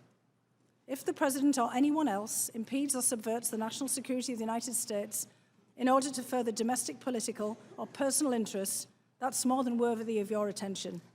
But we must not let domestic politics stop us from defending ourselves against the foreign powers who truly wish us harm. I'm ready to answer your questions. Thank you. Thank you, Dr. Hill. We'll now proceed to the first round of questions. As detailed in the memo provided to committee members, there will be 45 minutes of questions conducted by the chairman or majority counsel, followed by 45 minutes for the ranking member or minority counsel. Following that, unless I specify additional equal time for extended questioning, we'll proceed under the 5-minute rule, and every member will have a chance to ask questions. I now recognize myself or majority counsel for the first round of questions. First of all, thank you both for being here. Thank you for testifying. Dr. Hill, your story reminds me a great deal of what we heard from Alexander Vindman. The few immigrant stories that we've heard just in the course of these hearings are among the most powerful, I think, I've ever heard. You and and Colonel Vindman and others are the best of this country, and you came here by choice, and we are so blessed that you did. So welcome. My colleagues took some umbrage with your opening statement, but I think the American people can be forgiven if they have the same impression listening to some of the statements of my colleagues during this hearing that Russia didn't intervene in our election, it was all the Ukrainians. There's been an effort to take a tweet here and an op-ed there and a newspaper story here and somehow equate it with the systemic intervention that our intelligence agencies found that Russia perpetrated in 2016 through an extensive social media campaign and a hacking and dumping operation. Indeed, the report my colleagues gave you that they produced during the investigation calls into question the accuracy of the intelligence committee's finding that Russia intervened to help one side, to help Donald Trump at the expense of Hillary Clinton. No one in the intelligence community questions that finding. Nor does the FBI, nor does the Senate Bipartisan Intelligence Committee report, nor does the Minority Committee report of this committee. The House Republican report is an outlier. But let me ask you, Dr. Hill, about your concern with that Russian narrative, that it wasn't the Russians that engaged in interfering in our election in 2016. And of course, this was given a boost when President Trump in Helsinki, in the presence of Putin, said that he questioned his own intelligence agencies. But why are the Russians pushing that narrative that it was Ukraine? How does that serve Russian interests? The Russians' interests, frankly, are to delegitimize our entire presidency. So one issue that I do want to raise, and I think that this would resonate with our colleagues on the committee from the Republican Party, is that the goal of the Russians was really to put whoever became the president, by trying to tip their hands on one side of the scale, under a cloud. So if Secretary, former First Lady, former Senator Clinton had been elected as president, as indeed many expected in the run-up to the election in 2016, she too would have had major questions about her legitimacy. And I think that, what we're seeing here as a result of all of these narratives, as this is exactly what the Russian government was hoping for. If they seed misinformation, they seed doubt, they have everybody questioning the legitimacy of a presidential candidate, be it President Trump or potentially a President Clinton, that they would pit one side of our electorate against the other, that they would pit one party against the other. And that's why I wanted to make such a strong point at the very beginning. Because there were certainly individuals in many other countries who had harsh words for both of the candidates, who had harsh words for many other candidates during the primaries. We had a lot of people who were running for president on the Republican side. There were many people who were trying themselves to game the outcome. As you know, in the United Kingdom, the bookies take bets. You can go to Ladbrokes or William Hill and lay a bet on who you think is going to be the candidate. So the Russian government were trying to lay in their own bets. But what they wanted to do was give a spread. They wanted to make sure that whoever they had bet on or whoever they'd tried to tip the scales would also experience some discomfort, that they would be beholden to them in some way, that they would create just the kind of chaos that we have seen in our politics. So I just want to again emphasize that we need to be very careful as we discuss all of these issues, not to give them more fodder that they can use against us in 2020. And I quite agree. There's an additional benefit, and I think you're absolutely right. The Russians are equal opportunity meddlers. They will not only help one side, but they'll also just seek to sow discord in the United States along ethnic lines, religious lines, geographic lines. But there's also a benefit now, isn't there, for Russia to put the blame on Ukraine, to cast doubt on whether they intervened at all in our election and blame it on a U.S. ally as a way of driving a wedge between the U.S. and Ukraine. Isn't that true? Well, that's absolutely the case. And in fact, you just made the point about U.S. allies. The Russians like to put a lot of blame on U.S. allies for incidents that they have perpetrated. We saw that recently with the United Kingdom in the Russian Secret Service's attack on a former spy, Mr. Skripal, and his daughter in Salisbury in England, where you may recall that the Russians actually accused the British government of perpetrating this themselves. So this falls into a long pattern of deflection and of the Russian government trying to pin the blame on someone else. And as my colleague, Mr. Holmes here has laid out, the Russians have a particular vested interest in putting Ukraine and Ukrainians and Ukrainian leaders in a very bad light. All of the issues that we started to discuss today and that you on the committee have been deeply involved in began with Russia's illegal annexation of the peninsula of Crimea from Ukraine in 2014. In response in 2015 and all of the different acts of aggression that Russia has engaged in since, starting a war in the Donbass, shooting down Russian operatives, a plane MH17 over the Donbass at a later period.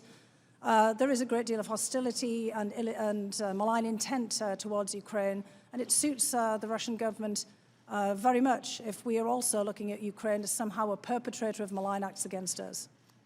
Thank you. Mr. Holmes, I want to ask you a couple of questions, and I think as often is the case for people, I was obviously at your deposition, I've read your opening testimony, but as you learn more facts, you start to see things in a different light, even though your opening statement is very much consistent with your opening statement during the deposition. And I was struck in particular by something you said on page 10 of your opening statement. While we had advised our Ukrainian counterparts to voice a commitment to following the rule of law and generally investigating credible corruption allegations, this was a demand that President Zelensky personally commit on a cable news channel to a specific investigation of President Trump's political rival. This gets to a point I made at the close of our hearing yesterday about hypocrisy. Here we are, and we are urging Ukrainians to commit to following the rule of law, as you said, and only investigate genuine and credible allegations. And what are we doing? We're asking them to investigate the president's political rival. Ukrainians are pretty sophisticated actors, aren't they? They can recognize hypocrisy when they see it. What does that do to our anti-corruption efforts when the Ukrainians perceive that we're engaging in corruption ourselves? Yes, sir. So our longstanding policy is to encourage them to establish and build rule of law institutions that are capable and that are independent and that can actually pursue credible allegations. That's our policy, and we've been doing that for quite some time with some success. So focusing on particular cases, including particular cases where there is a interest of the president's, it's just not part of what we've done. It's hard to explain why we would do that.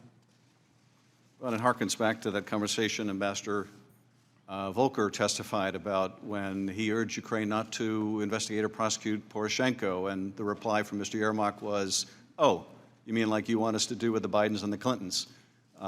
They're sophisticated enough actors to recognize when we're saying do as we say, not as we do, are they not? Yes, sir.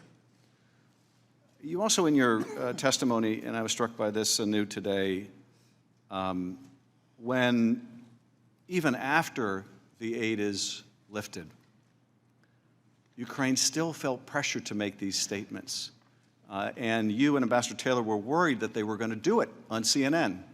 And you said that Ambassador Taylor again stressed the importance of staying out of U.S. politics and said he hoped no interview was planned. Mr. Yermak did not answer but shrugged in resignation as if to indicate that they had no choice.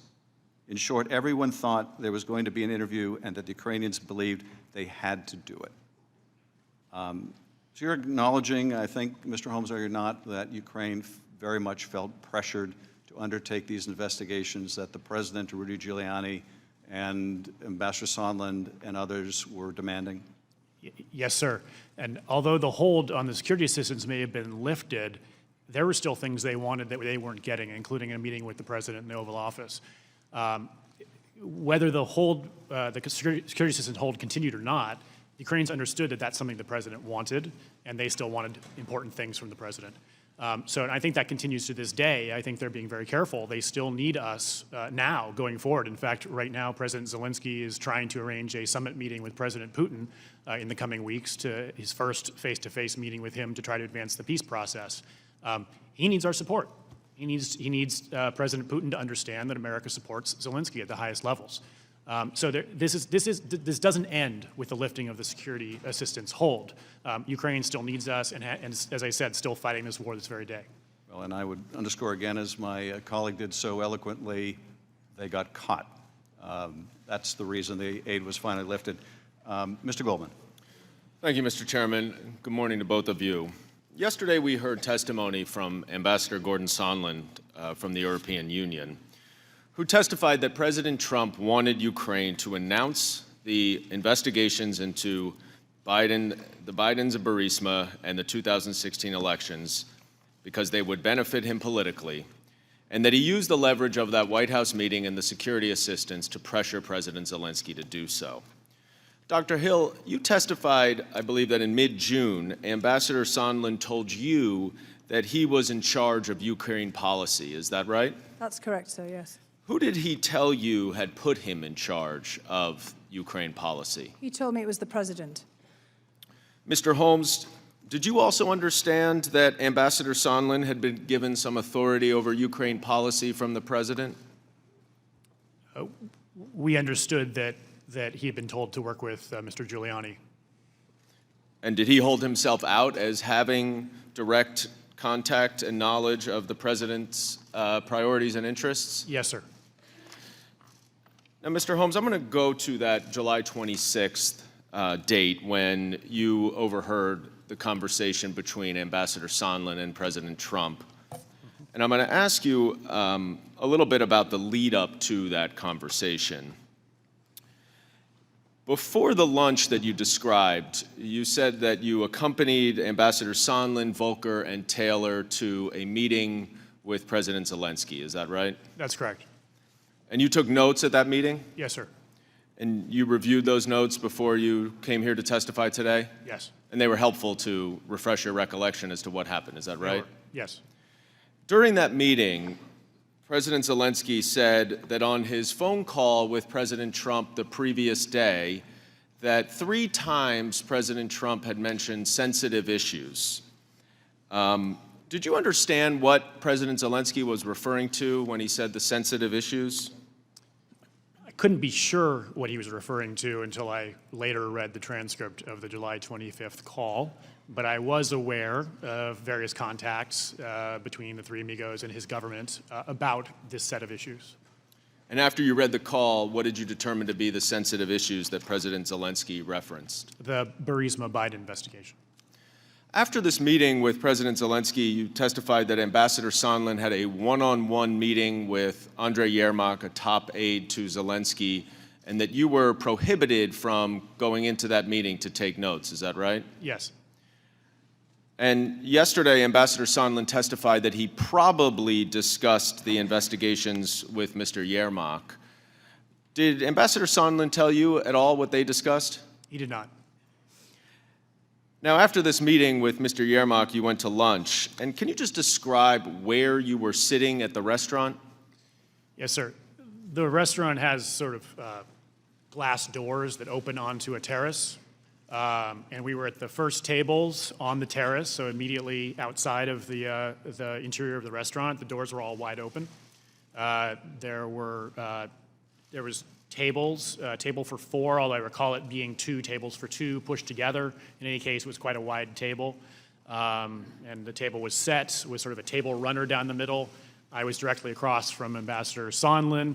We were close enough that we could, share an appetizer between us, and then the 2 staffers were off to our right at this next table. Now, you said that at some point Ambassador Sondland pulled out his cell phone and called President Trump. This was an unsecure cell phone, is that right? Yes, sir. In the middle of a restaurant in Kyiv? Yes. Now, you said that you were able to hear President Trump's voice through the receiver. How were you able to hear if it was not on speakerphone? It was several things. It was quite loud when the president came on, quite distinctive. I believe Ambassador Sondland also said yesterday he often speaks very loudly over the phone, and I certainly experienced that. When the president came on, he sort of winced and held the phone away from his ear like this. And he did that for the first couple exchanges. I don't know if he then turned the volume down, if he got used to it, if the president's moderated his volume, I don't know. But that's how I was able to hear it. And so you were able to hear some of what President Trump said to President Zelensky, is that right? The first portion of the conversation, yes. And what did you hear President Trump say to, I'm sorry, not President Zelensky, to Ambassador Sondland? What I hear the president say to Ambassador Sondland? Yeah, he clarified whether he was in Ukraine or not, and he said, yes, I'm here in Ukraine. And then Ambassador Sondland said he loves your ass, he'll do anything you want. He said he can do the investigation. So you heard President Trump ask Ambassador Sondland, is he going to do the investigation? Yes, sir. What was Ambassador Sondland's response? He said, oh yeah, he's going to do it. He'll do anything you ask. And was that the end of the Ukraine portion of the conversation? Yes. Afterwards, you described a follow-on conversation that you had with Ambassador Sondland, where you asked him, I think, generally, what did President Trump think of Ukraine? Is that right? Correct. What did Ambassador Sondland say to you? He said he doesn't really care about Ukraine. Did he use slightly more colorful language than that? He did. What did he say that he does care about? He said he cares about big stuff. Did he explain what he meant by big stuff? Well, I asked him, well, what kind of big stuff? We have big stuff going on here, like a war with Russia, and he said, no, big stuff like the Biden investigation that Mr. Giuliani is pushing. Now, were you familiar with the Biden investigation that he referenced at that point? Yes, sir. And how do you have such a specific and clear recollection of this conversation with the president and your conversation with Ambassador Sondland? Yeah. So this was a very distinctive experience. I've never seen anything like this in my foreign service career. Someone at a lunch in a restaurant making a call on a cell phone to the President of the United States. Being able to hear his voice, it's a very distinctive personality, as we've all seen on television. Very colorful language was used. They were directly addressing something that I had been wondering about working on for weeks and even months. A topic that had led to the recall of my former boss, the former ambassador. And so here was a person who said he had direct contact with the president, and had said that over the course of time. Here he is actually having that contact with the president, hearing the president's voice, and them talking about this issue of the Biden investigation that I'd been hearing about. So just to summarize, during the phone call that you overheard Ambassador Sondland have with President Trump, you heard President Trump himself ask, the only question that you really heard him ask, I believe, is whether he was going to do the investigation, to which Ambassador Sondland responded that he would, and he would in fact do anything that President Zelensky wants. Is that an accurate recitation of what happened? That's correct. And then after that call, you had a subsequent conversation with Ambassador Sondland where he, in sum and substance, told you that the president doesn't care about Ukraine, he only cares about big stuff related to himself, and particularly the Biden investigation that Giuliani was pushing? Correct. Now, a day before your lunch with Ambassador Sondland, President Trump did speak with President Zelensky, as you referred, and certainly the president made it clear to President Zelensky that he cared about the Biden investigation. Now, neither of you did listen to this call, but as you testified, you both read it subsequent to its publication. Dr. Hill, you, during your time, 2.5 years in the White House, listened to a number of presidential phone calls, is that right? That's right. Can you estimate approximately how many? I can't actually. I mean, sometimes there would be multiple calls during a week. I was there for more than 2 years, so it's a fair number. Had you ever heard a call like this one that you read?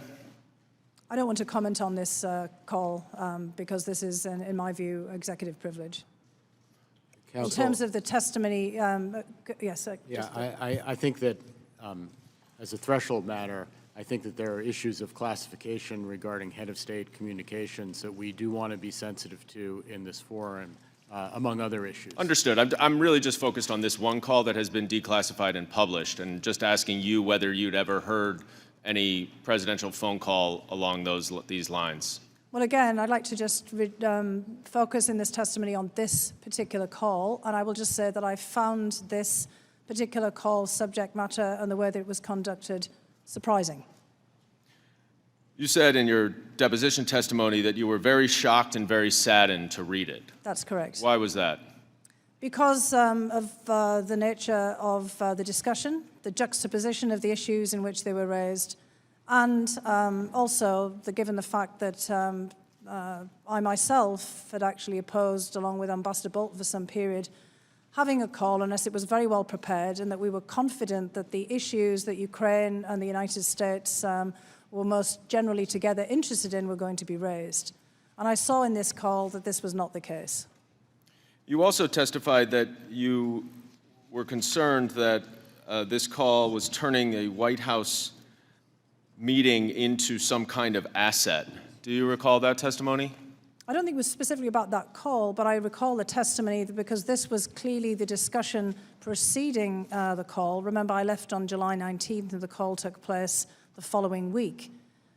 In the months leading up to that, from May onwards, it became very clear that the White House meeting itself was being predicated on other issues, namely investigations and the questions about the election interference in 2016. Mr. Holmes, you indicate in your opening statement that the chief of staff to President Zelensky had indicated to you that in this phone call on July 25th, there was a discussion about personnel issues related to the Prosecutor General's office. After you read the call, did you understand who and what that was referring to? Yes, sir. In that brief meeting with the chief of staff, it was very confusing to me why, in only the few minutes we had, why that would have been the issue he raised. So it wasn't until I read the transcript of the call on the 25th that I understood that the president had specifically mentioned Prosecutor General Lutsenko, who the Zelensky administration was in the process of replacing and carving out all his sort of underlings who had been, collaborating with him on some of the corruption we saw there. And I believe you also said that President Lutsenko was the source of some of Mr. Giuliani's public views and allegations. Is that right? Yes, sir. So about 2 weeks before the press kind of wave that we saw targeting Ambassador Yovanovitch became public, an embassy contact had reported to us privately that Mr. Lutsenko was sending these messages and had met with an American journalist to try to get those messages out. What was the U.S. Embassy in Ukraine's view of Prosecutor General Lutsenko? He was not a good partner. He had failed to deliver on the promised reforms that he had committed to when he took office. And he was using his office to insulate and protect political allies while presumably enriching himself. Is another way to describe that corrupt? Yes. Now, I'm going to take a look at a couple of excerpts from this July 25th call with you. And the first one occurs right after President Zelensky thanked President Trump for the United States' support in the area of defense. And President Trump immediately then says, "I would like you to do us a favor, though, because our country has been through a lot and Ukraine knows a lot about it. I would like you to find out what happened with this whole situation with Ukraine. They say CrowdStrike. I guess you have one of your wealthy people, the server. They say Ukraine has it."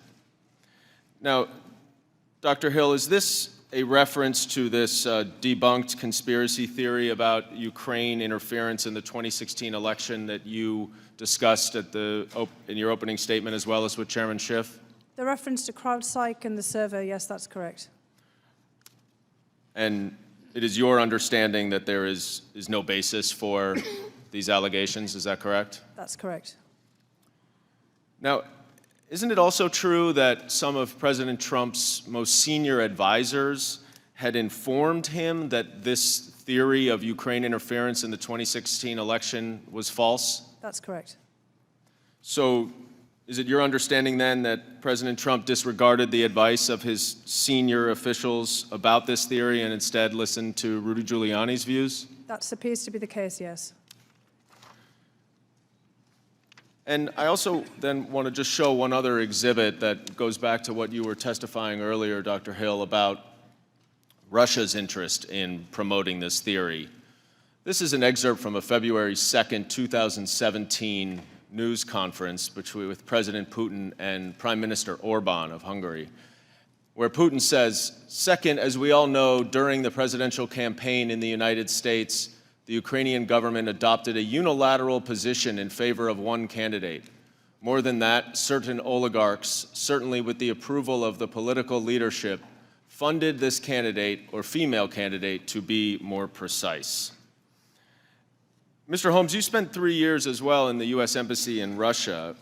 Why would it be to Vladimir Putin's advantage to promote this theory of Ukraine interference? First of all, to deflect from the allegations of Russian interference. Second of all, to drive a wedge between the United States and Ukraine, which Russia wants to essentially get back into its sphere of influence. Thirdly, to besmirch Ukraine and its political leadership, to degrade and erode support for Ukraine from other key partners in Europe and elsewhere. And Dr. Hill, by promoting this theory of Ukrainian interference in the 2016 election, was President Trump adopting Vladimir Putin's view over his own senior advisors and intelligence officials? I think we have to be very careful about the way that we phrase that. This is a view that President Putin and the Russian security services and many actors in Russia have promoted.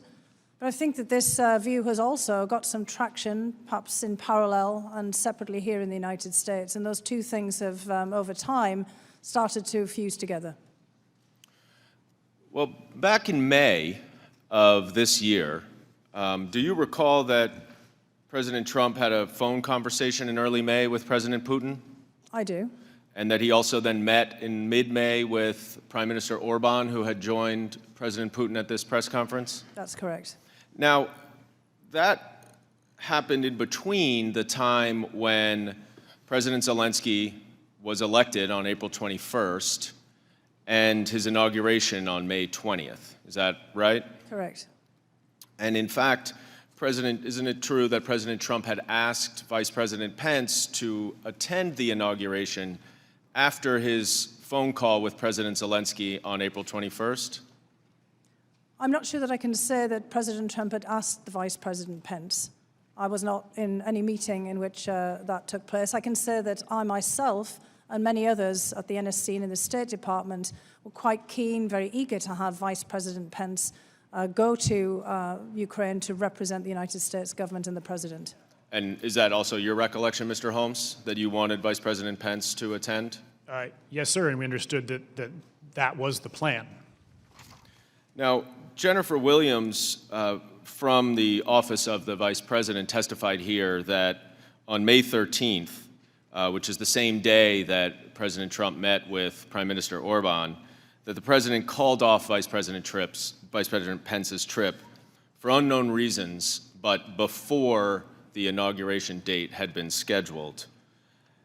And Dr. Hill, were you aware also that during that period there was a lot of publicity, and I think, Mr. Holmes, you referenced this in your opening statement as well, about Rudy Giuliani's interest in these investigations in Ukraine?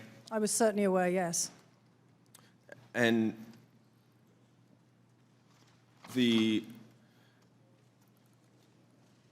around this time, Dr. Hill, you also, I believe, testified that Ambassador Bolton had expressed some views to you about Mr. Giuliani's interest in Ukraine. Do you recall what you said? Correct.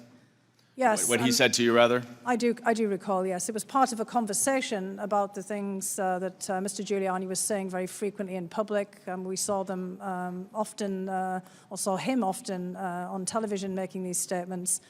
And I had already brought to Ambassador Bolton's attention the attacks, the smear campaign against Ambassador Yovanovitch, and expressed great regret about how this was unfolding and, in fact, the shameful way in which Ambassador Yovanovitch was being smeared and attacked. And I'd asked if there was anything that we could do about it.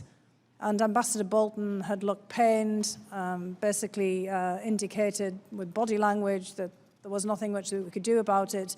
And he then, in the course of that discussion, said that Rudy Giuliani was a hand grenade that was going to blow everyone up. Did you understand what he meant by that? I did, actually. What did he mean? Well, I think he meant that, obviously, what Mr. Giuliani was saying was pretty explosive in any case. He was frequently on television making quite incendiary remarks about everyone involved in this, and that he was clearly pushing forward issues and ideas that would, probably come back to haunt us. And, in fact, I think that that's where we are today. Now, Mr. Holmes, did the Ukrainians understand that Rudy Giuliani represented the president's views? I believe they did. First, he was reaching out to them directly. He also, Ambassador Yovanovitch's removal, I think, is relevant to this portion of the inquiry because she was removed following this media campaign in which Rudy Giuliani and his associates were very prominent, and criticizing her for not taking seriously some of the theories and issues that later came up. And so when she was removed, commentators in Ukraine believed that Lutsenko, working with Giuliani, had succeeded in getting her removed. So they were already aware of Mr. Giuliani and his influence, the issues that he was promoting, and ultimately that he was able to get an ambassador removed, partly because of that. So he was someone to contend with. And then in addition, immediately after the inauguration, he began reaching out to the Zelensky administration, key figures in the Zelensky administration, and continued to do that. Let's focus on the inauguration for a minute. You escorted, for lack of a better word, the U.S. delegation around. So I joined them in some of their meetings, but not for the entire day. And who was on the official delegation? Yes, sir. It was 5 people. So it was the head of the delegation was Secretary Perry, and then it was Ambassador Volker, representing the State Department, Ambassador Sondland, our temporary chargé, Joseph Pennington, and Alex Vindman, representing the White House. And did the delegation have a meeting with President Zelensky that you attended? Yes. And you testified, I think, in your previously that Secretary Perry gave a list of some sort to President Zelensky at that meeting. Do you recall that? Yes. In the meeting with the president, Secretary Perry, as the head of the delegation, opened the meeting for the American side and had a number of points he made. And during that period, he handed over a piece of paper. I did not see what was on the paper, but Secretary Perry described what was on the paper as a list of trusted individuals and recommended that President Zelensky could draw from that list for advice on energy sector reform issues. And do you know who was on that list? I didn't see the list. I don't know other colleagues. There are other people who have been in the mix for a while on that set of issues. Other people Secretary Perry has mentioned as being people to consult on reform. And are they Americans? Yes. Now, do you also recall that Colonel Vindman spoke to President Zelensky in that meeting? Yes. And what did he say to President Zelensky in terms of some of the issues that we're addressing here in this investigation? Yes, sir. He was the last to speak. He made a general point about the importance of Ukraine to our national security, and he said it's very important that the Zelensky administration stay out of U.S. domestic politics. Was it your understanding that President Zelensky and the Ukrainians were already starting to feel some pressure to conduct these political investigations? Yes. And those were the ones related to Biden and Burisma in the 2016 election? Correct. Now, Dr. Hill, you also testified that around this same time in May, you learned that President Trump was receiving information from someone else at the National Security Council. Is that right?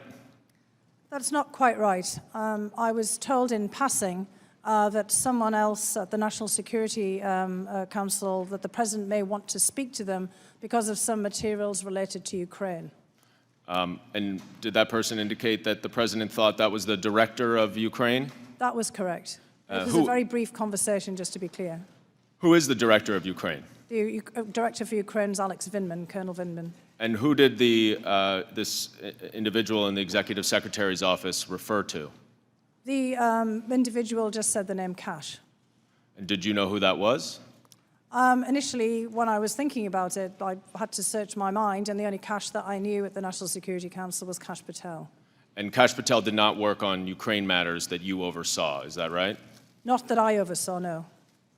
So the indication is that Kash Patel had provided some information directly to the president without your knowledge? That seemed to be the indication.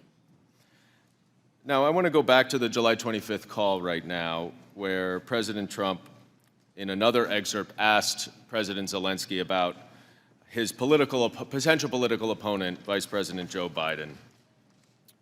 In this excerpt, the president said, "The other thing, there's a lot of talk about Biden's son, that Biden stopped the prosecution, and a lot of people want to find out about that. So whatever you can do with the attorney general would be great. Biden went around bragging that he stopped the prosecution, so if you can look into it. It sounds horrible to me." Now, Dr. Hill, this was, of course, one of the allegations that Rudy Giuliani was pushing, is that right? That's correct. And now confirmed in this July 25th call that the president was also interested in it? Yes. Ambassadors Volker and Sondland have tried to draw a distinction between their understanding of the connection between Burisma and the Bidens. But Dr. Hill, was it apparent to you that when President Trump, Rudy Giuliani, or anyone else was pushing for an investigation into Burisma, that the reason why they wanted that investigation related to what President Trump said here, the Bidens? It was very apparent to me that that was what Rudy Giuliani intended, yes. Intended to convey that Burisma was linked to the Bidens, and he said this publicly, repeatedly. And Mr. Holmes, you also understood that Burisma was code for Bidens? Yes. And do you think that anyone involved in Ukraine matters in the spring and the summer would understand that as well? Yes. Now, Dr. Hill, are you aware of any evidence to support the allegations against Vice President Biden? I am not, no.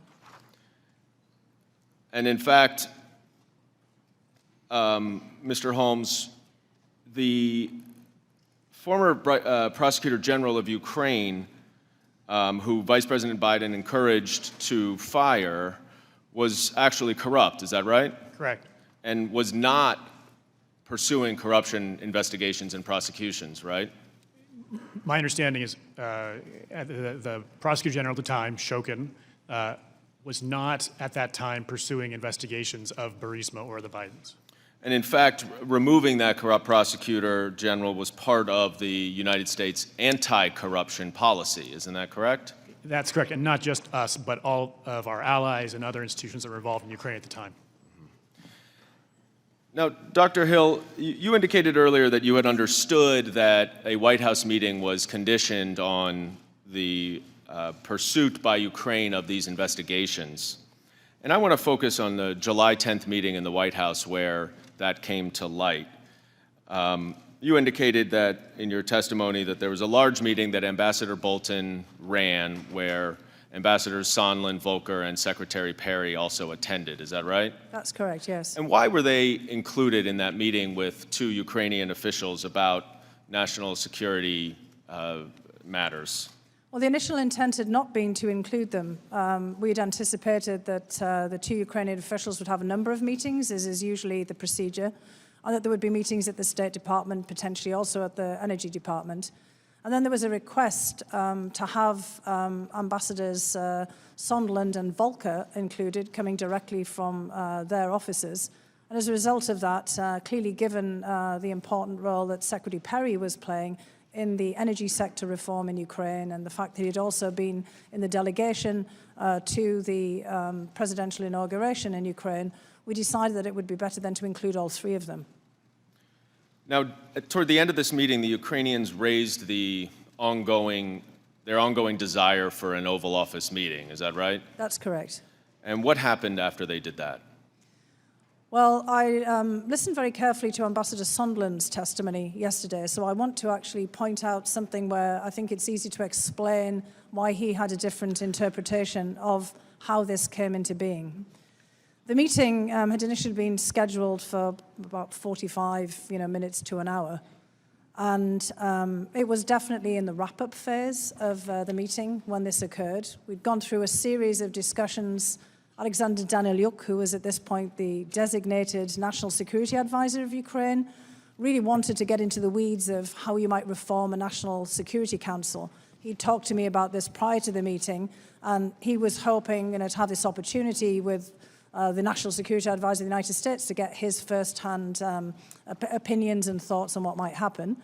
We'd also wanted to go through a discussion about how important it was for Ukraine to get its energy sector reform underway. And clearly, Secretary Perry had some talking points for this. This is an issue that Ambassador Bolton was also interested in.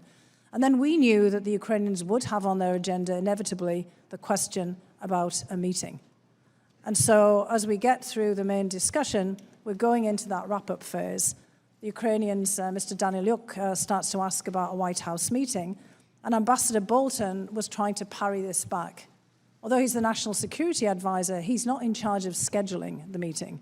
We have input recommending the meetings, and this goes through a whole process. So it's not Ambassador Bolton's role to start pulling out the schedule and start saying, right, well, we're going to look and see if this Tuesday in this month is going to work with this.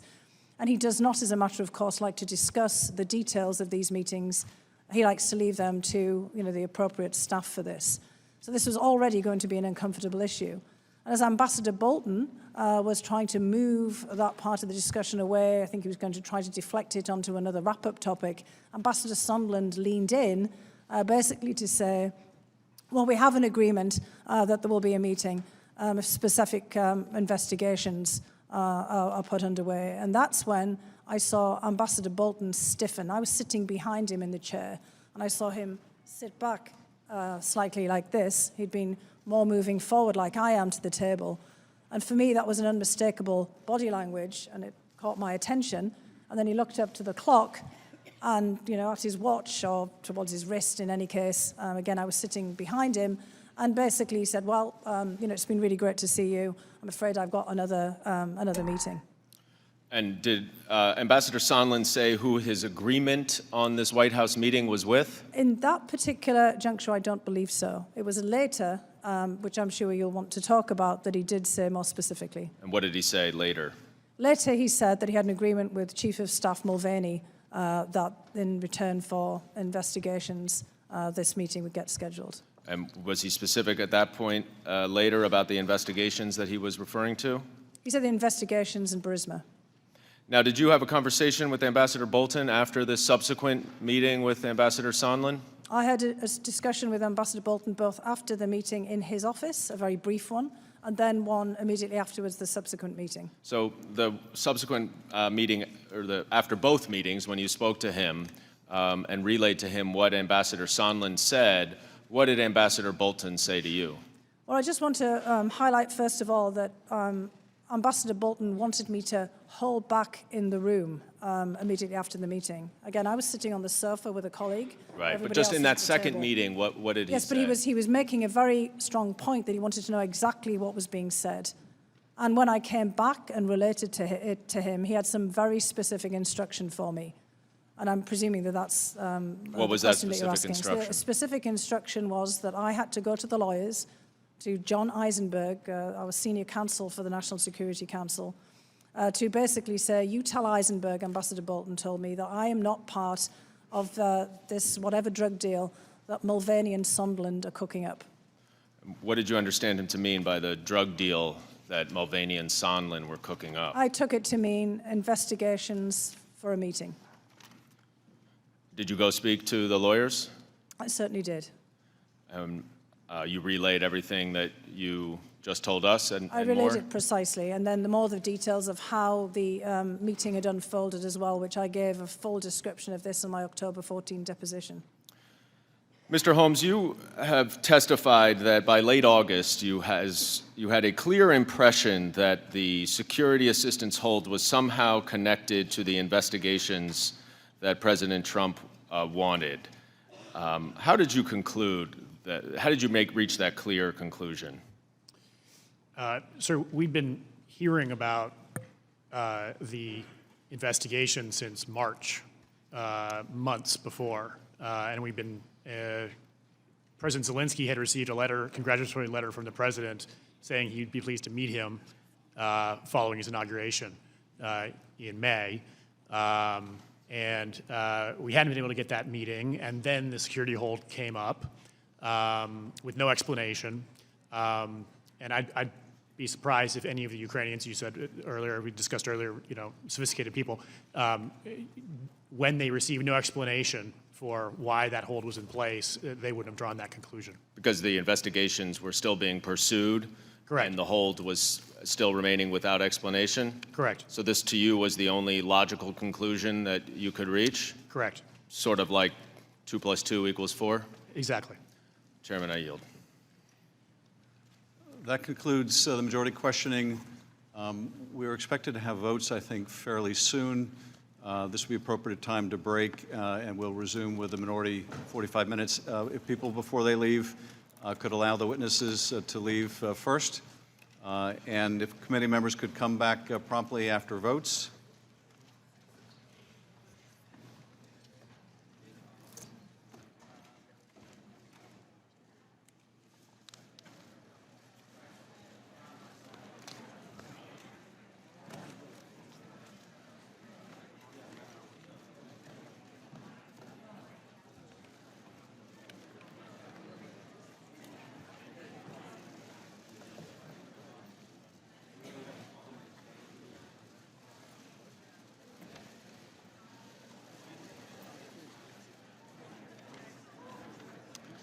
Committee will be in recess.